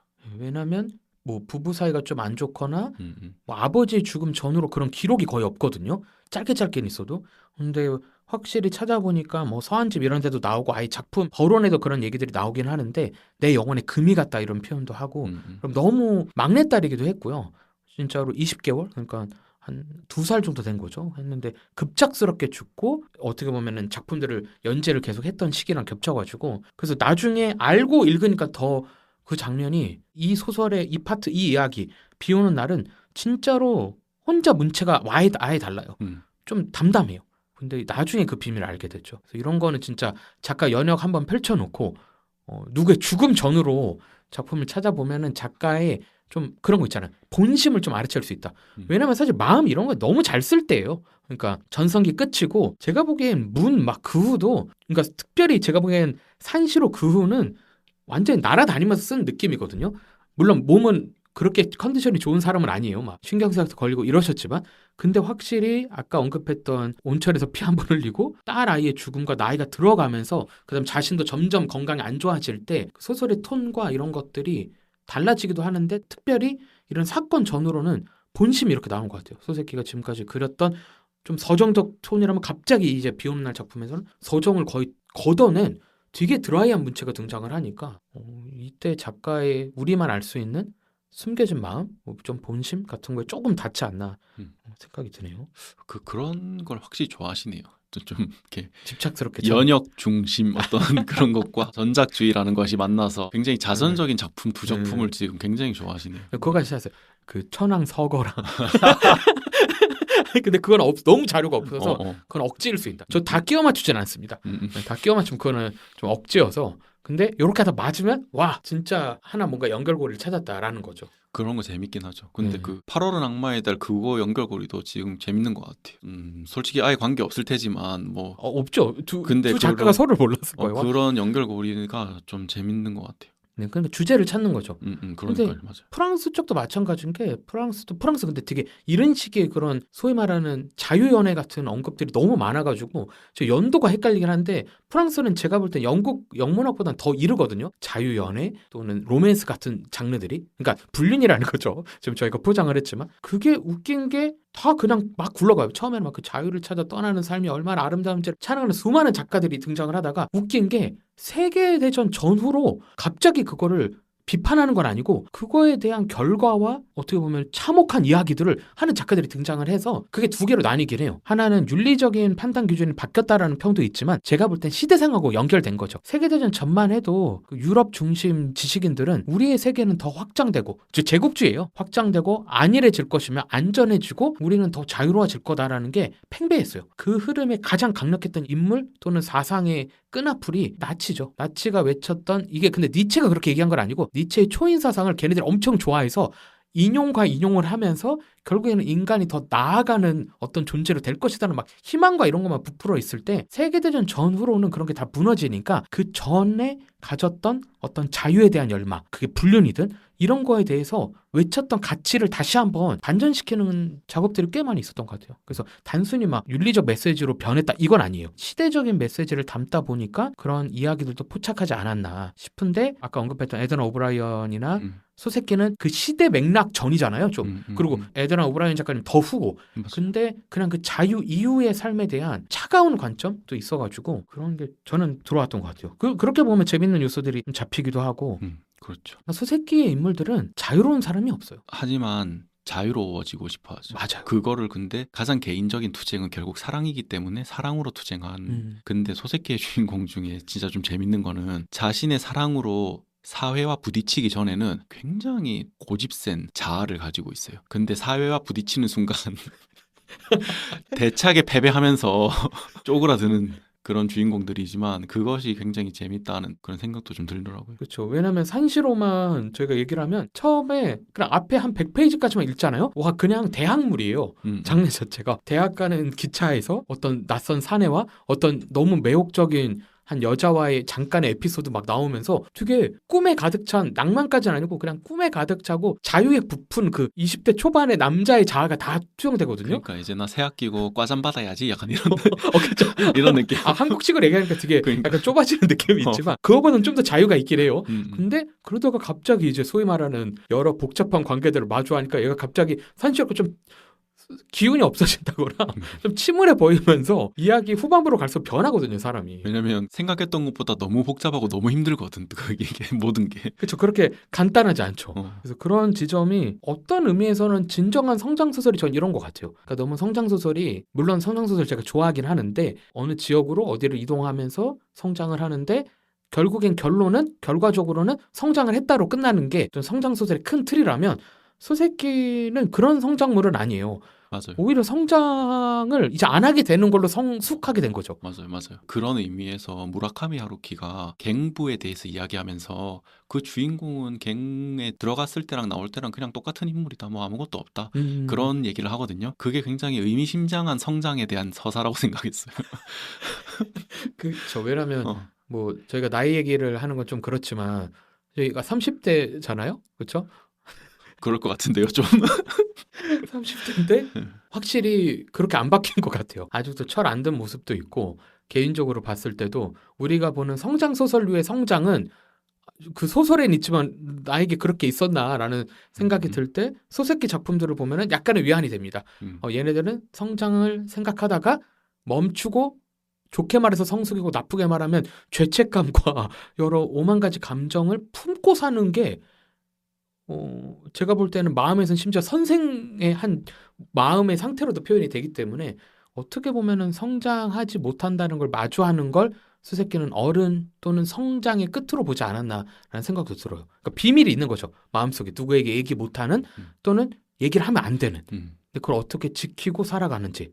근데 그 경계가 가끔씩 당연히 흐트러질 거잖아요. 근데 너무 작품들 중에서 제가 진짜 약간 슬펐던 건 뭐냐면 아니 그런 비밀스러운 관계들을 충분히 숨기려고 막 도망을 치는데 문도 그래요. 문만 해도 이게 막 대놓고 어디서 공론화한 게 아니라 자꾸 집주인인가가 쫓아오면서 막 그 이야기들을 연결해 주려고 그러잖아요. 그러니까 전 애인을 소개시켜 주려고 한다든지. 맞아요. 그 도망가잖아. 예, 예. 그러니까 그런 게 우리의 일상이 얼마나 쉽게 그러니까 우리의 일상을 지키려고 문도 닫고 우리의 일상 가운데 어려움들을 없애기 위해서 되게 똑같은 모습으로 살려고 최대한 노력을 하는데 그 지켜온 일상은 어느 순간 깨질 수 있다를 음. 너무 곳곳에서 다 그려내니까 그럴 때 오는 이 성숙함은 무엇인가라는 생각도 하게 되는 것 같아요. 수세기 작품 자체가.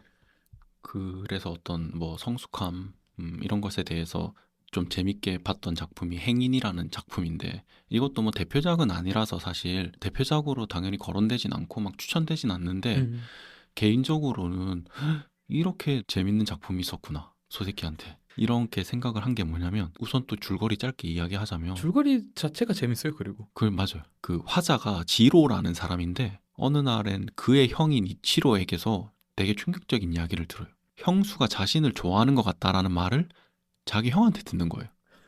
벌써 야, 이게 무슨 말이냐면 발췌를 좀 했는데 지로가 이렇게 형한테 이렇게 물어요. 형수님한테 무슨 일이 있어요?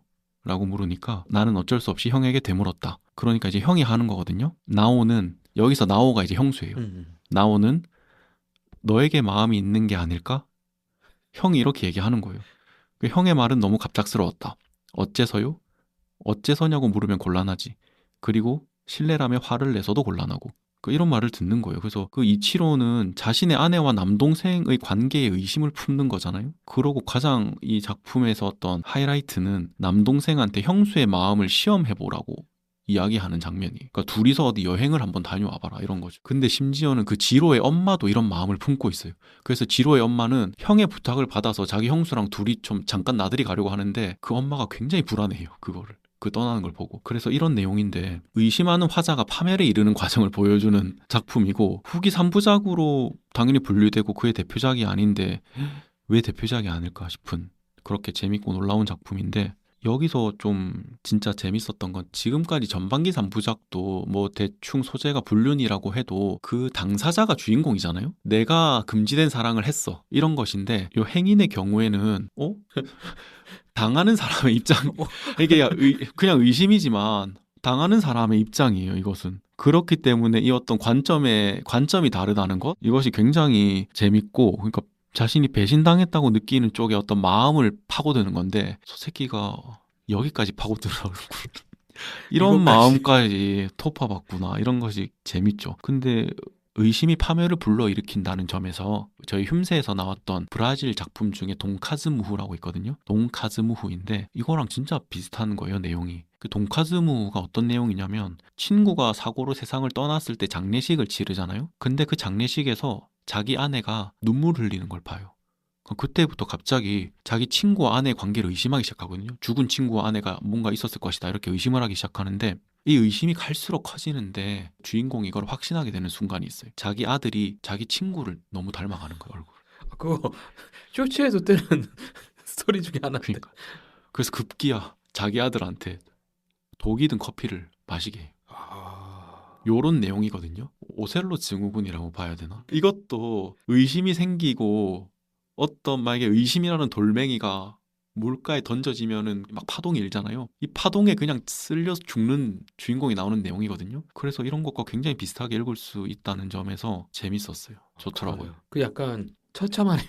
그러니까. 의심이 불러온 것도 그렇고 관점 전환도. 그러니까 항상 그렇게 소위 말하는 불륜 비슷한 걸 하는 게 화자였는데 이제는 갑자기 형수님 저기 계신 형수님이 그것도 왜 하필 또 그것도 형을 통해서 그것도 형이 얘기해요. 근데 이게 이렇게만 들으면 그럼 뻔하디 뻔하 그냥 어떤 아침 드라마 소재 같은데 전혀 안 그런 게 이제 소새끼가 마음을 다 표현하잖아요. 모든 등장인물에. 그러니까 읽다 보면 형의 그 안절부절하고 불안하고 확인하고 싶은 마음에 대한 것도 당연히 이해가 되고 형수의 그 그러니까 마음조차도 이해가 되니까 그 형수가 이 상황을 자기도 어떻게 못 하겠는 거예요. 그러니까요. 너무 큰 의심 앞에서 자기가 이게 뭐 어떻게 할 수 없어가지고 너무 막 답답해하고 이런 것들이 그 형수의 마음을 통해서 드러나잖아요. 그런 것도 너무 이해되고 형은 뭐 이해는 되는데 좀 적당히 했으면 좋겠지만 어쨌든 이해는 돼. 이해가 안 되는 건 아니에요. 왜냐면 또 계속 설명을 해주니까 이해하라고 재밌고 좋더라고요. 저희가 얘기한 뭐 전반기, 후반기 3부작들이 시간이 없다. 그러면 이런 작품으로 돌진하시는 것도 좋지만 읽다가 주변부에 좀 그렇게 3부작엔 포함이 안 돼 있지만 너무 훌륭한 작품들도 꽤 있고요. 아까 제가 언급했던 것 중에는 마지막 작품 2개가 자꾸 마음에 남는다라고 한 것도 약간 그런 요소입니다. 그래서 저는 이제 수세끼가 무척 아팠고 자기가 진짜 죽을 날이 얼마 남지 않았다는 걸 깨달으면서 연재를 하다가 못 마친 게 이제 명함이잖아요. 근데 그 작품 마지막 부분이 진짜 그래요. 이건 짧아서 제가 읽으면 이렇게 말해요. 수다는 드디어 일어섰다. 부인이라고 말하려다 말을 못한 그는 그만 기요코 씨라고 불렀다. 왜냐면 이게 옛사랑이에요. 그러니까 지금 부부 사이의 대화가 아니라 지금 자신의 뭐라 그래야 돼? 결혼 전 애인에게 부인이라고 말할 뻔했는데 기요코 씨라고 했다는 거예요. 그리고 당신은 언제까지 계십니까? 예전 같은 건 없어요. 집에서 전보가 오면 오늘이라도 돌아가야 해요. 이게 이제 기요코 씨가 얘기하는 거예요. 스다는 깜짝 놀랐다. 이거 주인공입니다. 남편. 그런 게 오는 겁니까? 그야 뭐라고도 말할 수 없어요. 기요코는 이렇게 말하고 미소를 띄었다. 스다는 그 미소의 의미를 혼자 설명하려고 애쓰면서 자기 방으로 돌아왔다. 미완. 그러니까 이게 그러잖아요. 언제까지 계십니까? 그랬더니 전보가 오면 오늘이라도 돌아가야 돼요. 관계도 굉장히 그리고 미완으로 관계도 심지어 소새끼 작품에서 수도 없이 나왔던 소위 말하는 불륜 관계가 마지막에 포착된 게 되게 우퍼요. 그러니까 되게 웃기면서도 슬픈데 진짜 소새끼의 마지막 작품의 미완 같다라고 좀 여겨집니다. 물론 이게 페이지가 엄청나기 때문에 저는 명함을 추천할 수는 없어요. 근데 전작주의를 하다 보면은 한눈 팔기에서부터 멈추시지 않을까? 명함이 너무 두꺼워가지고. 그래 전작주의까지 하면 끝까지 가는 게 낫죠. 근데 명함 아름답습니다. 그 묘사나 부부 사이에서 일어난 여러 비밀들이 되게 길게 나와요. 왜냐하면 페이지도 당연히 길고 해서. 그래서 저는 명함 읽을 때 든 이건 개인적인 감상은 소새끼가 더 쓰려고 한 마음이 느껴져요. 그러니까 몸 상태도 엄청 안 좋아졌고 당뇨병도 이미 발병해서 엄청 컨디션이 안 좋은데 이 작품의 길이도 길인데 이야기 소재가 급변하지 않거든요.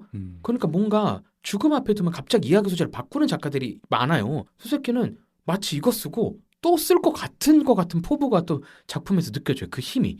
그래서 명함은 그런 식으로 저는 읽혔고 마지막이 좀 웃겼어요. 이 전체가 부인이라고 말할 뻔했다가 기요코시라고 했다는 이 장면과 근데 그녀가 이제 오늘이라도 돌아갈 수 있다. 전보가 오면 그 의미를 그 미소의 의미를 혼자 생각하면서 방으로 돌아오면서 딱 끝나니까 결국에는 소세키의 작품을 또 설명할 수 있는 게 방의 소설 같기도 해요. 방이 진짜 많이 나와요. 맞아요. 그리고 누가 찾아오고 근데 실제 소세키의 삶도 그랬잖아요. 누가 찾아오면 만나서 대화하고 뭐 이런 식이었으니까. 밥 먹고 그리고 또 누가 가고 새로운 사람이 갑자기 등장을 하고 그게 진짜 신기해요. 아까 언급했던 갱부도 가는 길이 묘사가 되긴 하는데 로드 트립 같은 느낌이 안 들어요. 그쵸. 일종의 약간 뭐 낮에 꾸는 악몽 같은 느낌이 있었죠. 소나무 숲이 뭐 어디까지 이어져 있는 거야? 뭐 이런. 그러니까 딱 생각하면 방이 진짜 떠오르는 것 같아요. 방 또는 집. 근데 큰 집 말고 그냥 어느 정도 사이즈가 있는 집 또는 개인의 방이 좀 더 내밀한 방이 좀 더 맞는 것 같아요. 그 명함에서도 그게 좀 느껴져서 전 신기하고 웃겼어요. 그런 어떤 방에 대한 어떤 이미지가 많이 나오는 건 역시 서한집인데 서한집 소설은 아니지만 서한집을 소새끼 후기 마지막 작품들 뭐 한눈 팔기랑 춘분 지나고 요렇게 같이 읽으면 또 굉장히 재밌을 것 같다는 생각을 많이 했어요. 왜냐하면 또 일종의 거대한 각주집 같은 느낌이 좀 있는 것 같았거든요. 네. 서한집은 이따에서 20년에 나온 맞아요. 거 말씀하시는 거죠. 네네. 두께가 꽤 있더라고요. 제가 읽은 그 버전인지는 잘 모르겠는데 하여튼 네, 이따에서 나온 그거 맞는 것 같아요. 제가 서한집을 어느 출판사 버전으로 읽었는지는 잘 모르겠어요. 몇 개 있는 걸로 저도 확인을 해가지고 이 책도 밀리에서 제 있습니다. 막 행가리가 막 아름다운 책은 아니에요 실제로. 그러니까 내지 디자인보다는 이 양장이라는 게 아름답기 때문에 이런 거만 괜찮으시면 전자책으로 보셔도 그 감동은 올 수 있어서. 맞아요. 이건 우리끼리 그냥 뭐 여담인데 밀리의 서재 진짜 없었으면 저 진짜 편집 어떻게 했나 싶어요. 아니, 어떤 막 참고 자료 이런 거 밀리의 서재 있으면 너무 기뻐. 잠깐 볼 수 있고 뭐 이런 거. 그쵸, 그쵸. 근데 해외 작가 같은 경우에는 없는 경우가 많죠. 왜냐면 아직 맞아요. 저작권 문제나 음, 음. 구독제가 생긴 지는 그렇게 오래 안 됐으니까. 근데 감사하게도 물론 나스미스케는 고전의 반열에 올라서 그 말은 오래된 작가이기 때문에 아마 저작권 부분이 좀 풀려 있을 확률도 있긴 한데 그래도 다행히 소세키는 좋은 작품은 거의 대표작은 다 읽으실 수 있어서 저도 밀리의 서재 덕분에 명함 같은 걸 사실 사기는 부담스러웠겠죠? 나는 고양이로서이다도 마찬가지예요. 너무 제 취향이 아니니까 아, 저도 너무 두꺼운 걸 마지막에 남겨놔가지고. 고양이 쉽지 않습니다. 근데 재밌어요. 재밌고 그냥 많은 사람들이 언급은 하는데 실제로 읽은 사람 많이 없는 작품 중에 하나가 엄청 많죠. 이런 작품이 에라스무스 또 휴머니스트가 인본주의자 티셔츠로 작년에 도서전에서 히트를 쳤잖아요. 그 티셔츠는 히트를 치지 못했습니다. 아 그건 못 쳤어. 그 티셔츠는 제가 직원복 하라고 20개를 만들었는데 아 직원 26명이 저한테 입기 싫다고, 제가 입으라고 하지 않은 사람들까지 저한테 와가지고 인본주의자 티셔츠 입기 싫다고 그래가지고. 죄송합니다. 하여튼 그 티셔츠가 있잖아요. 예, 있죠. 언제야? 가족의식으로 할 때 그 티셔츠 입고 오셨었나요? 맞아요. 그런 것 작년 같은데. 여름에. 맞아요. 근데 그 인본주의자의 어원의 시작을 저는 또 에라스무스라고 생각을 하는데 에라스무스의 수많은 작품들은 다 읽히거나 사람들이 자랑스러워 하거든요. 우신이 예찬은 언급을 잘 안 해요. 그게 우화예요. 그래서 우신 그 어리석은 신이 등장을 해서 막 이상한 개그 같은 거 치고 약간 지혜서 또는 격언집 같은데 격언이 아니거든요. 근데 그게 에라스무스의 정수가 담겼다라는 수많은 전문가들의 평이 있어요. 저도 그거와 결을 같이 하면 나는 고양이로서이다에 사실 앞부분을 좀 견디면 되거든요. 왜냐면 고양이로 진짜 시작을 해요. 그래서 제가 내 기억이 맞나 그래서 펼쳐봤더니 진짜 1장의 첫 말이 나는 고양이다. 이름은 아직 없다로 시작을 합니다. 그래서 제목이 나는 고양이로서이다예요. 근데 진짜 유명한 문장이긴 하잖아요. 그 첫 진짜 문장. 유명하죠. 맞죠. 네. 근데 이게 비유가 아니라 진짜 고양이에요. 그래서 음. 막 털에 대한 묘사 이런 게 있는데 음. 이것만 견디고 한 100페이지 견디고 가잖아요. 그러면 사회풍자하는 거나 이런 게 소세키의 이후 작품에서 심지어 언급이 안 될 정도로 여기서 속 시원하게 하는 것도 있고 왜냐면 이 화자, 그러니까 이 고양이는 진짜 아는 척도 하고 진짜 똑똑해요. 그래서 막 이 사회의 흐름과 이런 걸 다 말해준단 말이에요. 그래서 나는 고양이로서이다도 명함보다는 더 추천합니다. 당연히. 어떻게 보면 위트 있고 재밌고 파낼 게 많다.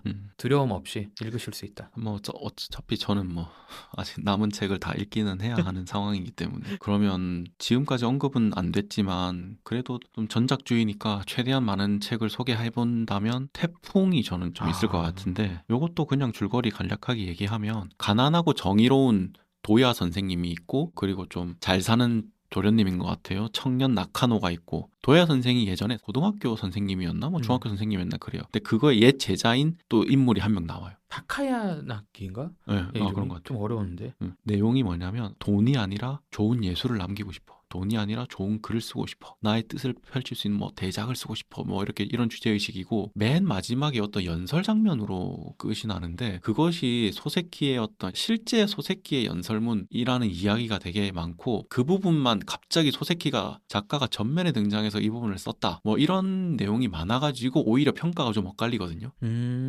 그런 책인데, 근데 저는 굉장히 여기서 좀 사소하고 재밌는 포인트를 발견한 게 뭐냐면, 소세키 작품 중에 도련님이 아까도 얘기했지만 굉장히 동떨어져 있다고 생각을 했는데 도련님이랑 태풍을 좀 나란히 읽으면 재밌는 지점이 있어요. 왜냐하면 도련님이라는 그 책에서 교사로 근무하던 주인공을 괴롭히는 중학생 무리가 나오잖아요. 근데 그 태풍에서도 그 괴롭히던 중학생 중에 한 명이 컸다, 이런 암시가 있어요. 그러니까 이거 실제로 암시가 아니고 그렇게 그걸 떠올리게 하는 거죠. 읽는 사람으로 하여금. 그 태풍에서 어릴 때 선생을 괴롭혔다고 고백하는 주인공, 그래서 죄책감에 시달리는 주인공이 화자거든요. 이런 의미에서 도련님이랑 굉장히 맞닿아 읽을 수도 있고 이것이 꽤 재밌구나 그런 생각을 좀 했고, 태풍도 젊은 사람이 사회와 되게 불화하는 내용인데, 그래서 소세키의 주인공들은 대체로 한 명의 개인으로서 존재하기를 바라고 세상과 이제 불화하는데, 보란듯이 성공해내는 인물은 도련님에 나오는 그 주인공 정도인 것 같지만, 그런데 또 부딪혀보지도 않고 약간 지레 피하는 인물 또한 없거든요. 그런 점이 좀 소세키의 주인공들을 좀 특징 짓는 그런 것 같아요. 되게 좀 소심하지만 강단 있고 쓰러지지만 좀 약간 영웅적인. 그래서 소세키 작품 중에서는 아마 이 태풍이 좀 가장 덜 읽히긴 할 테고 저도 추천하고 싶지는 않아요. 좀 힘들긴 했어요. 장르가 다른 느낌도 있어요. 뭐 연애도 당연히 나오긴 하는데 약간 제자와 그 스승 그러니까요. 사이에서의 갈등과 경쟁과 질투 이런 게 주고 뭔가 좀 작가론, 작품론 맞아요. 이런 것들이 많이 나오는 네. 책이고 어쨌든 그 작품 안에서 튀어나오는 작가의 목소리가 전면에 등장하는 것. 방황하는 인물이 주인공이라는 것. 그 방황하는 인물이 어떤 우연에 의해서 결정적인 상황에 맞닥뜨렸을 때 자신의 모든 걸 내준다는 점. 이런 점에서 굉장히 재밌는 지점이 좀 있죠. 태풍 읽을 때 이거 누가 그러면 중요한 인물로 등장을 하지 했는데 생각보다 대립 구조가 삼각관계라 그러면 이게 로맨스로 풀 수 있는데 삼각은 아니고 근데 이제 확실히 세 명이 계속 왔다 갔다 해요. 그러다가 주인공처럼 등장하는 게 도야 선생인데 사실 도야 선생이 입지가 한 중반까지 하면 자꾸 밀리거든요. 새로운 제자의 등장과 옛 제자 막 등장하면서 좀 밀리고 선생 너무 정확한 인용은 아닌데 좀 구닥다리식으로 스승을 좀 면박을 주다든지 이런 대사도 좀 나와요. 그러다가 갑자기 그 연설 언급하셨던 연설에서 갑자기 그 표현이 이렇게 됐어요. 제가 웃겨서 펼쳐놨는데 도야 선생은 예언자처럼 늠름한 모습으로 단상에 서 있다. 그러니까 휘몰아치는 초겨울 바람은 건물을 흔들고 사라진다. 그러니까 소새끼의 문장 이런 게 많이 없거든요. 근데 이거 말이 안 되잖아요. 아니 늠름하게 서 있잖아요. 근데 겨울바람이 건물을 흔들고 사라지면 이 사람도 흔들려야지. 이 사람은 왜 단상에서 늠름하게 있고 건물이 흔들리고 있냐고. 그러니까 이런 게 되게 업돼 있고요. 되게. 선언적이죠. 네, 선언적이기도 하고 그리고 막 그래요. 연설문 딱 끝나자마자 청중은 일제히 함성을 질렀다. 막 이런 게 진짜 뭐랄까 작가의 숨겨놓은 이 문학에 대한 또는 작품 세계에 대한 걸 한번 확 외쳐본 느낌이 있습니다. 확실히. 이 책도 장르가 혼자 다른 느낌이 있어요. 뭐 굳이 치면은 학교물 같기도 하고 스승과 제자 사이에서의 갈등과 그걸 문학, 작가론에 대한 얘기라 흥미롭게 읽었어요. 그렇지만 저도 언급했듯이 추천하기에는 다른 너무 좋은 작품들 좀 더 소새끼스러운 작품을 당연히 추천할 수밖에 없지만 누군가 저희 방송을 듣다가 전작주의 나도 한번 심심한데 해볼까 한다면은 할 수 있다. 전작주의 하기에 소새끼가 괜찮은 작가인가에 대해서는 좀 고민을 해봐야 될 것 같아요. 왜냐하면 그렇죠. 비슷한 주제와 문체가 반복되고 또 작품이 많기도 하고 그리고 자꾸 제가 비슷한 주제 얘기하는 것이 저희가 아직 언급하지 않은 작품 중에 풀베개에서도 어떤 문장이 나오냐면 문명은 가능한 모든 수단을 동원하여 개성을 발달시킨 후 가능한 모든 방법으로 그 개성을 짓밟으려고 한다. 이런 문장만 봐도 사실 소새끼가 사회에서 개인으로 우뚝 서기 위해서 얼마나 그 주제에 관심이 많았는지 이걸 알 수가 있죠. 심지어 풀베개의 배경은 러일 전쟁이고 이 전쟁이 있는 상황 속에서도 개인이 개인으로 존재하는 것의 어떤 중요성을 이야기하는 작품인데 되게 한적한 시골 풍경을 한가하게 묘사를 계속 하거든요. 그러고 어떤 실패한 결혼으로 고향에 돌아온 사람이 있고 그 사람이 또 하는 말이 전장에 나가는 사람한테 하는 말이 너도 죽는 게 좋아 살아서 돌아오면 좋지 않은 소문이 나니까 뭐 이런 말을 하는데 이 책을 읽을 때만큼은 사실 배경이 러일 전쟁이기 때문에 한국인으로서 좀 너무 한적하네.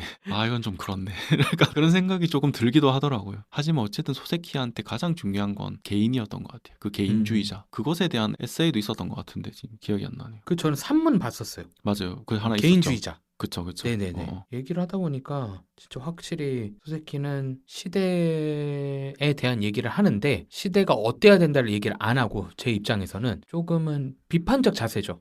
그러면서 개인에게 집중을 했는데 그게 제가 그 낭만서점 교보문고에서 낭만서점 팟캐스트에서 박혜진 편집자님이 얘기한 걸 들었거든요. 거의 6년 전인가 그때 올라온 건데 거기서 그런 얘기를 하시더라고요. 결국에는 소새끼가 본 사회, 일본에 대한 비판이 영국을 향한 비판과 동일하다. 그러니까 뭐냐면 소새끼가 유학을 영국으로 갔다가 거기서 인종차별부터 온갖 막 경제적인 뭐 심적인 여러 어려움을 겪다가 공부 한 2년도 못하고 돌아오거든요 결국에. 그리고 나서 뭐 대학 교수가 되긴 하는데 그 과정이 너무 힘들었던 거예요. 그리고 일본에서는 그 말이 유행이었죠 한때. 뭐 파리 증후군 뭐 이런 식이 있어가지고 프랑스를 너무 사랑해요 일본 사람들이. 지금도 그런지 모르는데 한때. 그래서 정작 프랑스 파리를 가면은 거기에 있는 뭐 인종차별과 그 다음에 그 소위 말하는 그 소매치기와 이런 것들이 다 당해가지고 상처를 받고 우울증 비슷한 현상을 겪는다라는 거를 한동안 막 취재를 많은 사람들이 한 적이 있었거든요. 그거랑 유사하게 메이지 유신 이후에 어쨌든 유럽을 동경했고 일본 사회 전체가 저는 수새끼도 그렇게 다르진 않았을 거라고 생각을 하거든요. 유럽을 모방해야 된다. 우리도 유럽처럼 강대국이 돼야 되고 아시아를 대표하는 선진국이 돼야 된다. 그리고 정작 갔어. 자기는 영문학까지 전공한 거야. 지금 영문학 얘기하면 너 영어 하려고 해라고 하지만 그때 영문학은 지금 가장 큰 제국 2개 중에 하나잖아요. 그러니까. 근데 갔는데 정작 자기가 본 것은 사실은 몰락해가는 영국의 모습이기도 했고 시대 배경상 이제 더 이상 유럽의 강자가 아니었죠. 강자 중 한 명이지만 예전처럼 유일한 막 유럽의 별 이런 표현은 안 붙었었고 영국 사회도 이미 많이 몰락을 했었고 어떤 부분에서는 이미 산업혁명 이후기 때문에 한 200~300년이 지났잖아요. 산업혁명 이후에도. 그러니까 이런 발전의 적나라한 실패의 모습들 또는 현실의 모습들 그 모습이 노동자의 어떻게 보면 자유와 인권과 여가 생활을 몰살시킨 방식의 제국주의 성장을 본 거죠. 그리고 자기까지 약간 소위 말해서 인종차별을 당하니까 돌아왔을 때 이 영국 또는 유럽을 따라하려고 하는 일본을 문학적으로 그냥 마냥 좋다고 표현을 당연히 못했을 거고 그러니까 그런 비판 의식적으로 그렇다고 다른 얘기를 한 건 아니고 거리두기를 계속한 것 같아요. 정말 그게 맞을까? 결국엔 나의 얘기가 결국엔 중요한 게 아닐까? 우리들은 그럼에도 불구하고 성장보다는 어떤 비밀을 품고 그냥 살아갈 수밖에 없는 게 아닐까라는 식의 이야기로 좀 전환되지 않았나 저는 또 보여지기도 하더라고요. 그렇게 소세키 작품들을 쭉 보니까. 그래서 그럴 때 오는 좀 한숨 돌림이 있어요. 그러니까 뭐냐면 시대 정신에 딱 합류해가지고 특정 메시지를 마구 전한다는 게 아니라 어떻게 보면은 언피시하죠. 되게 소세키는. 소세키 작품에서는 그냥 포착하고 싶은 인물의 마음을 다 포착해요. 그게 불륜이기도 하고 형수의 사랑이기도 하고 친구의 아내이기도 하고 그러니까 사실상 암묵적이든 그게 공식적이든 허용되지 않는 관계의 애정을 소세키는 외면하지 않아요. 다 포착해줘요. 그것이 저는 헨리 제임스의 어떤 전통이라고 생각을 했어요. 헨리 제임스가 이제 주로 얘기하는 것이 자유롭게 주제를 선택하고 주제를 선택했으면 그 삶을 충실하게 묘사해야 된다. 삶을 충실하게 재현해야 한다. 그러니까 이 글을 쓴 배경 자체가 월터 베전트라는 또 영국의 소설가가 소설이라는 예술이라는 에세이를 썼는데 거기서 교훈이 있어야 된다. 뭐 이런 얘기를 한 거예요. 소설에는 교훈이 있어야 된다. 그러니까 그거에 대한 반박으로 헨리 제임스가 쓴 거거든요. 그러니까 그 당시에는 소설이 예술인지 아닌지에 대해서도 막 계속 이야기를 해야 됐던 시대였어요. 소설이 예술임을 계속 증명해야 됐던 시대였고 그래서 헨리 제임스가 얘기하는 게 삶을 충실히 재현해야 한다. 어떤 소재를 선택하든 상관없다. 그러니까 보스턴 사람들 같은 것도 쓰는 거죠. 헨리 제임스가. 그 전통에 결국 이 소세키도 있다는 생각을 좀 했어요. 맞아요. 맞아요. 만약에 도덕적인 걸 쓰려고 했으면 여기서 나올 작품 거의 없죠. 도련님 정도? 진짜 도련님 정도 아니면 뭐 저희가 언급해서 태풍 가능할 것 같고 진짜 몇 개 없네요. 지금 한참 찾았다가 발견했는데 제가 그때 읽었던 엔터러사이트 원두 포장지에 있던 문장을 찾았습니다. 아 이거 찾기가 쉽지 않네. 그 후? 네, 그 후 제가 읽어드려도 될까요? 왜 꽂혔는지 그때의 기억을 확실히 하지 않지만 자, 한번 읽어보면 여름비가 사정없이 퍼붓던 날 한 청초한 여인이 백합을 들고 다이스케의 집으로 들어선다. 향기가 참 좋지요? 라며 그녀는 가까이서 꽃향기를 들이마신다. 그런 그녀를 만류하며 다이스케는 꽃을 받아 숲안에 꽂는다. 그녀가 웃으며 말한다. 당신도 그때는 코를 대고 향기를 맡았었잖아요. 그런 적이 있었던가? 다이스케는 기억이 가물가물하다. 얼마 지나지 않아 또 비와 백합 얘기가 나온다. 이번에는 다이스케가 백합을 사온다. 나스메 소세키 그 후 중에서. 근데 여기에 그냥 아무 등장인물에 대한 설명 없는데 이 뭔가 둘의 애정과 과거에 대한 추억과 그리고 마지막에 이번에는 다이스케가 백합을 사온다에 확 매료돼서 시작을 했다. 기억나요. 근데 그 장면 기억나네요. 그렇죠. 장면도 맞아요. 실제로 좋습니다. 저는 그 후에서 뭘 해놨나 이렇게 보려고 노션을 들어왔는데 한 문장밖에 안 해놨네요. 사랑만이 남을 뿐이다. 그 사랑의 대상이 다른 사람이 안 해놨다. 왜 이 책은 이거밖에 안 해놨을까요? 강렬하죠. 강렬합니다. 네, 그렇군요. 네, 강렬해서 괜히 구 좋아해서 언급을 한번 저도 더 해본 것 같고 기담집은 뭐예요? 저는 기담집은 안 읽었는데 읽으셨나요? 기담집 재밌어요. 근데 기담집이 귀신 얘기를 생각하고 보시면 안 돼요. 네. 기담이잖아요. 네네. 그래서 실종 얘기, 이상한 사람 만난 얘기가 많아요. 근데 그게 이제 그 중에 한 반은 귀신 같기도 하고. 현실 공포 이런 건가요? 현실 공포예요. 일본 괴담의 전통에 크게 2개가 있죠. 이제 소위 말하는 진짜 오컬트류가 있고 현실 기반 공포들이 있죠. 실화 느낌이 나는. 근데 나스메 소세키 이 기담집은 최근에 나왔죠. 24년 그랑아리 출판사에서 나왔는데 재밌어요. 왜냐면 소세키가 지금까지 다루었던 인물들이 다 아닌 거야. 이것도 소세키가 다 쓴 거잖아요. 그러면. 네네네. 그동안 발표가 안 됐던 공들이. 발표가 곳곳에서 됐대요. 이게 좀 쪼개져서. 엮은 사람도 소개됐던 걸 제가 어느 자료에서 본 기억이 있는데. 그러네. 여기 보니까 일본인 엮은이가 또 있네요. 네네네. 그래서 좀 취합한 것 같아요. 맞네요. 기담스러운 장면들을 다. 아, 맞네. 네네네. 아, 그래서 나는 고양이로 소이다 발췌도 있고 그렇고. 그쵸. 아, 김봄날의 소품 이거 좋은데. 이것도 여기가 발췌 있고 하는구나. 네네. 그래서 기담집은 귀신을 생각하시는 분들에겐 추천 안 하는데 잔잔한 공포, 현실 공포 같은 거 좋아하시는 분들은 문장력이 우선 당연히 나스멘스키가 너무 좋고 그 장면 묘사가 좋습니다. 그럴 때 제일 무서웠죠. 이 기담집에서 무서웠던 것들이 그런 거 있잖아요. 내가 얘기하는 사람이 진짜 사람인지 아닌지 헷갈릴 때 무서운데 문제는 이미 둘이 친밀한 대화를 나눠버렸어. 타인이었는데 지나가다가 뭐 비를 피하다 잠깐 만나서 대화를 하면서 막 저는 저쪽에 사는데 거기 사시는군요. 저는 그 건너편 벽돌집에 예전에 이렇게 대화를 한참 했는데 알고 봤더니 그 벽돌집에 산 사람은 다 죽었다고 들었는데 이런 식의 깨달음을 또 문장을 통해서 설명을 해서 기담집이 그냥 말만 그냥 수수께끼 이름 빌린 게 아니라 진짜 재밌어요. 그래서 기담집 추천 당연히 하고 아까 제가 언급했던 게 그 나의 개인주의 왜라는 책이에요. 책 제목이. 아, 맞네요. 이게 19년도에 나온 책사상에서 나왔는데 여기에 문학론 그다음에 나의 개인주의 관련된 수수께끼의 뭐 연설 또는 해제 같은 게 다 들어가 있다고 하네요. 이 책도 보시면 좋고 저희가 아까 언급한 거는 서한집은 이따 출판사에서 나온 걸로 저는 확인을 해서 저 이거 읽었던 것 같은데 기억이 안 나요. 나의 개인주의 왜? 네네. 나온 지 좀 돼가지고 그쵸? 그러니까 그 사이에 전 이거 구판으로 읽은 것 같은데 표지 아. 보니까 읽긴 했네요. 근데 기억이 안 납니다. 네. 아무래도 뭐 소설이 더 기억에 남으니까 네. 이런 작품들도 보시면 좋고 저희 이제 와우 시간 다 채워갔어. 10분 이제 남았습니다. 이제 마무리를 하면 좋을 텐데 오늘 방송 소감과 나 이거는 그래도 언급 다시 해보고 싶다 하시는 거 해주시면 좋을 것 같습니다. 사실 이 전작주의를 할 때 원래 목표는 14권을 다 읽고 오자 였는데 제가 조금 부족했습니다. 10권, 그 11권을 읽고 이렇게 참여하게 되어서 조금이라도 언급하지 못한 책이 어쨌든 3권이 있다라는 점을 조금 미진하게 나스메 소세키의 등장인물에 제가 좀 빙의해 본다면은 미진하게 생각하면서 정진하도록 하겠습니다. 그리고 고개 이렇게- 숙이면서 얘기하죠. 이렇게 얘기할 수 있을 것 같고 너무 웃었어. 어. 웃음기도 없어요.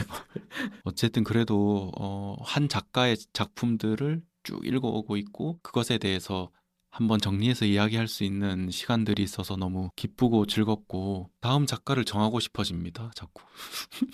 자꾸 저한테 쿤데라 얘기하고 아니, 안 해도 돼. 쿤데라 뭐 다자이오사마 안 해도 돼요. 뭐 누구 하고 싶은데요, 그러면. 너무 싫어. 이것도 무섭네. 아니, 그, 제가 맞출게.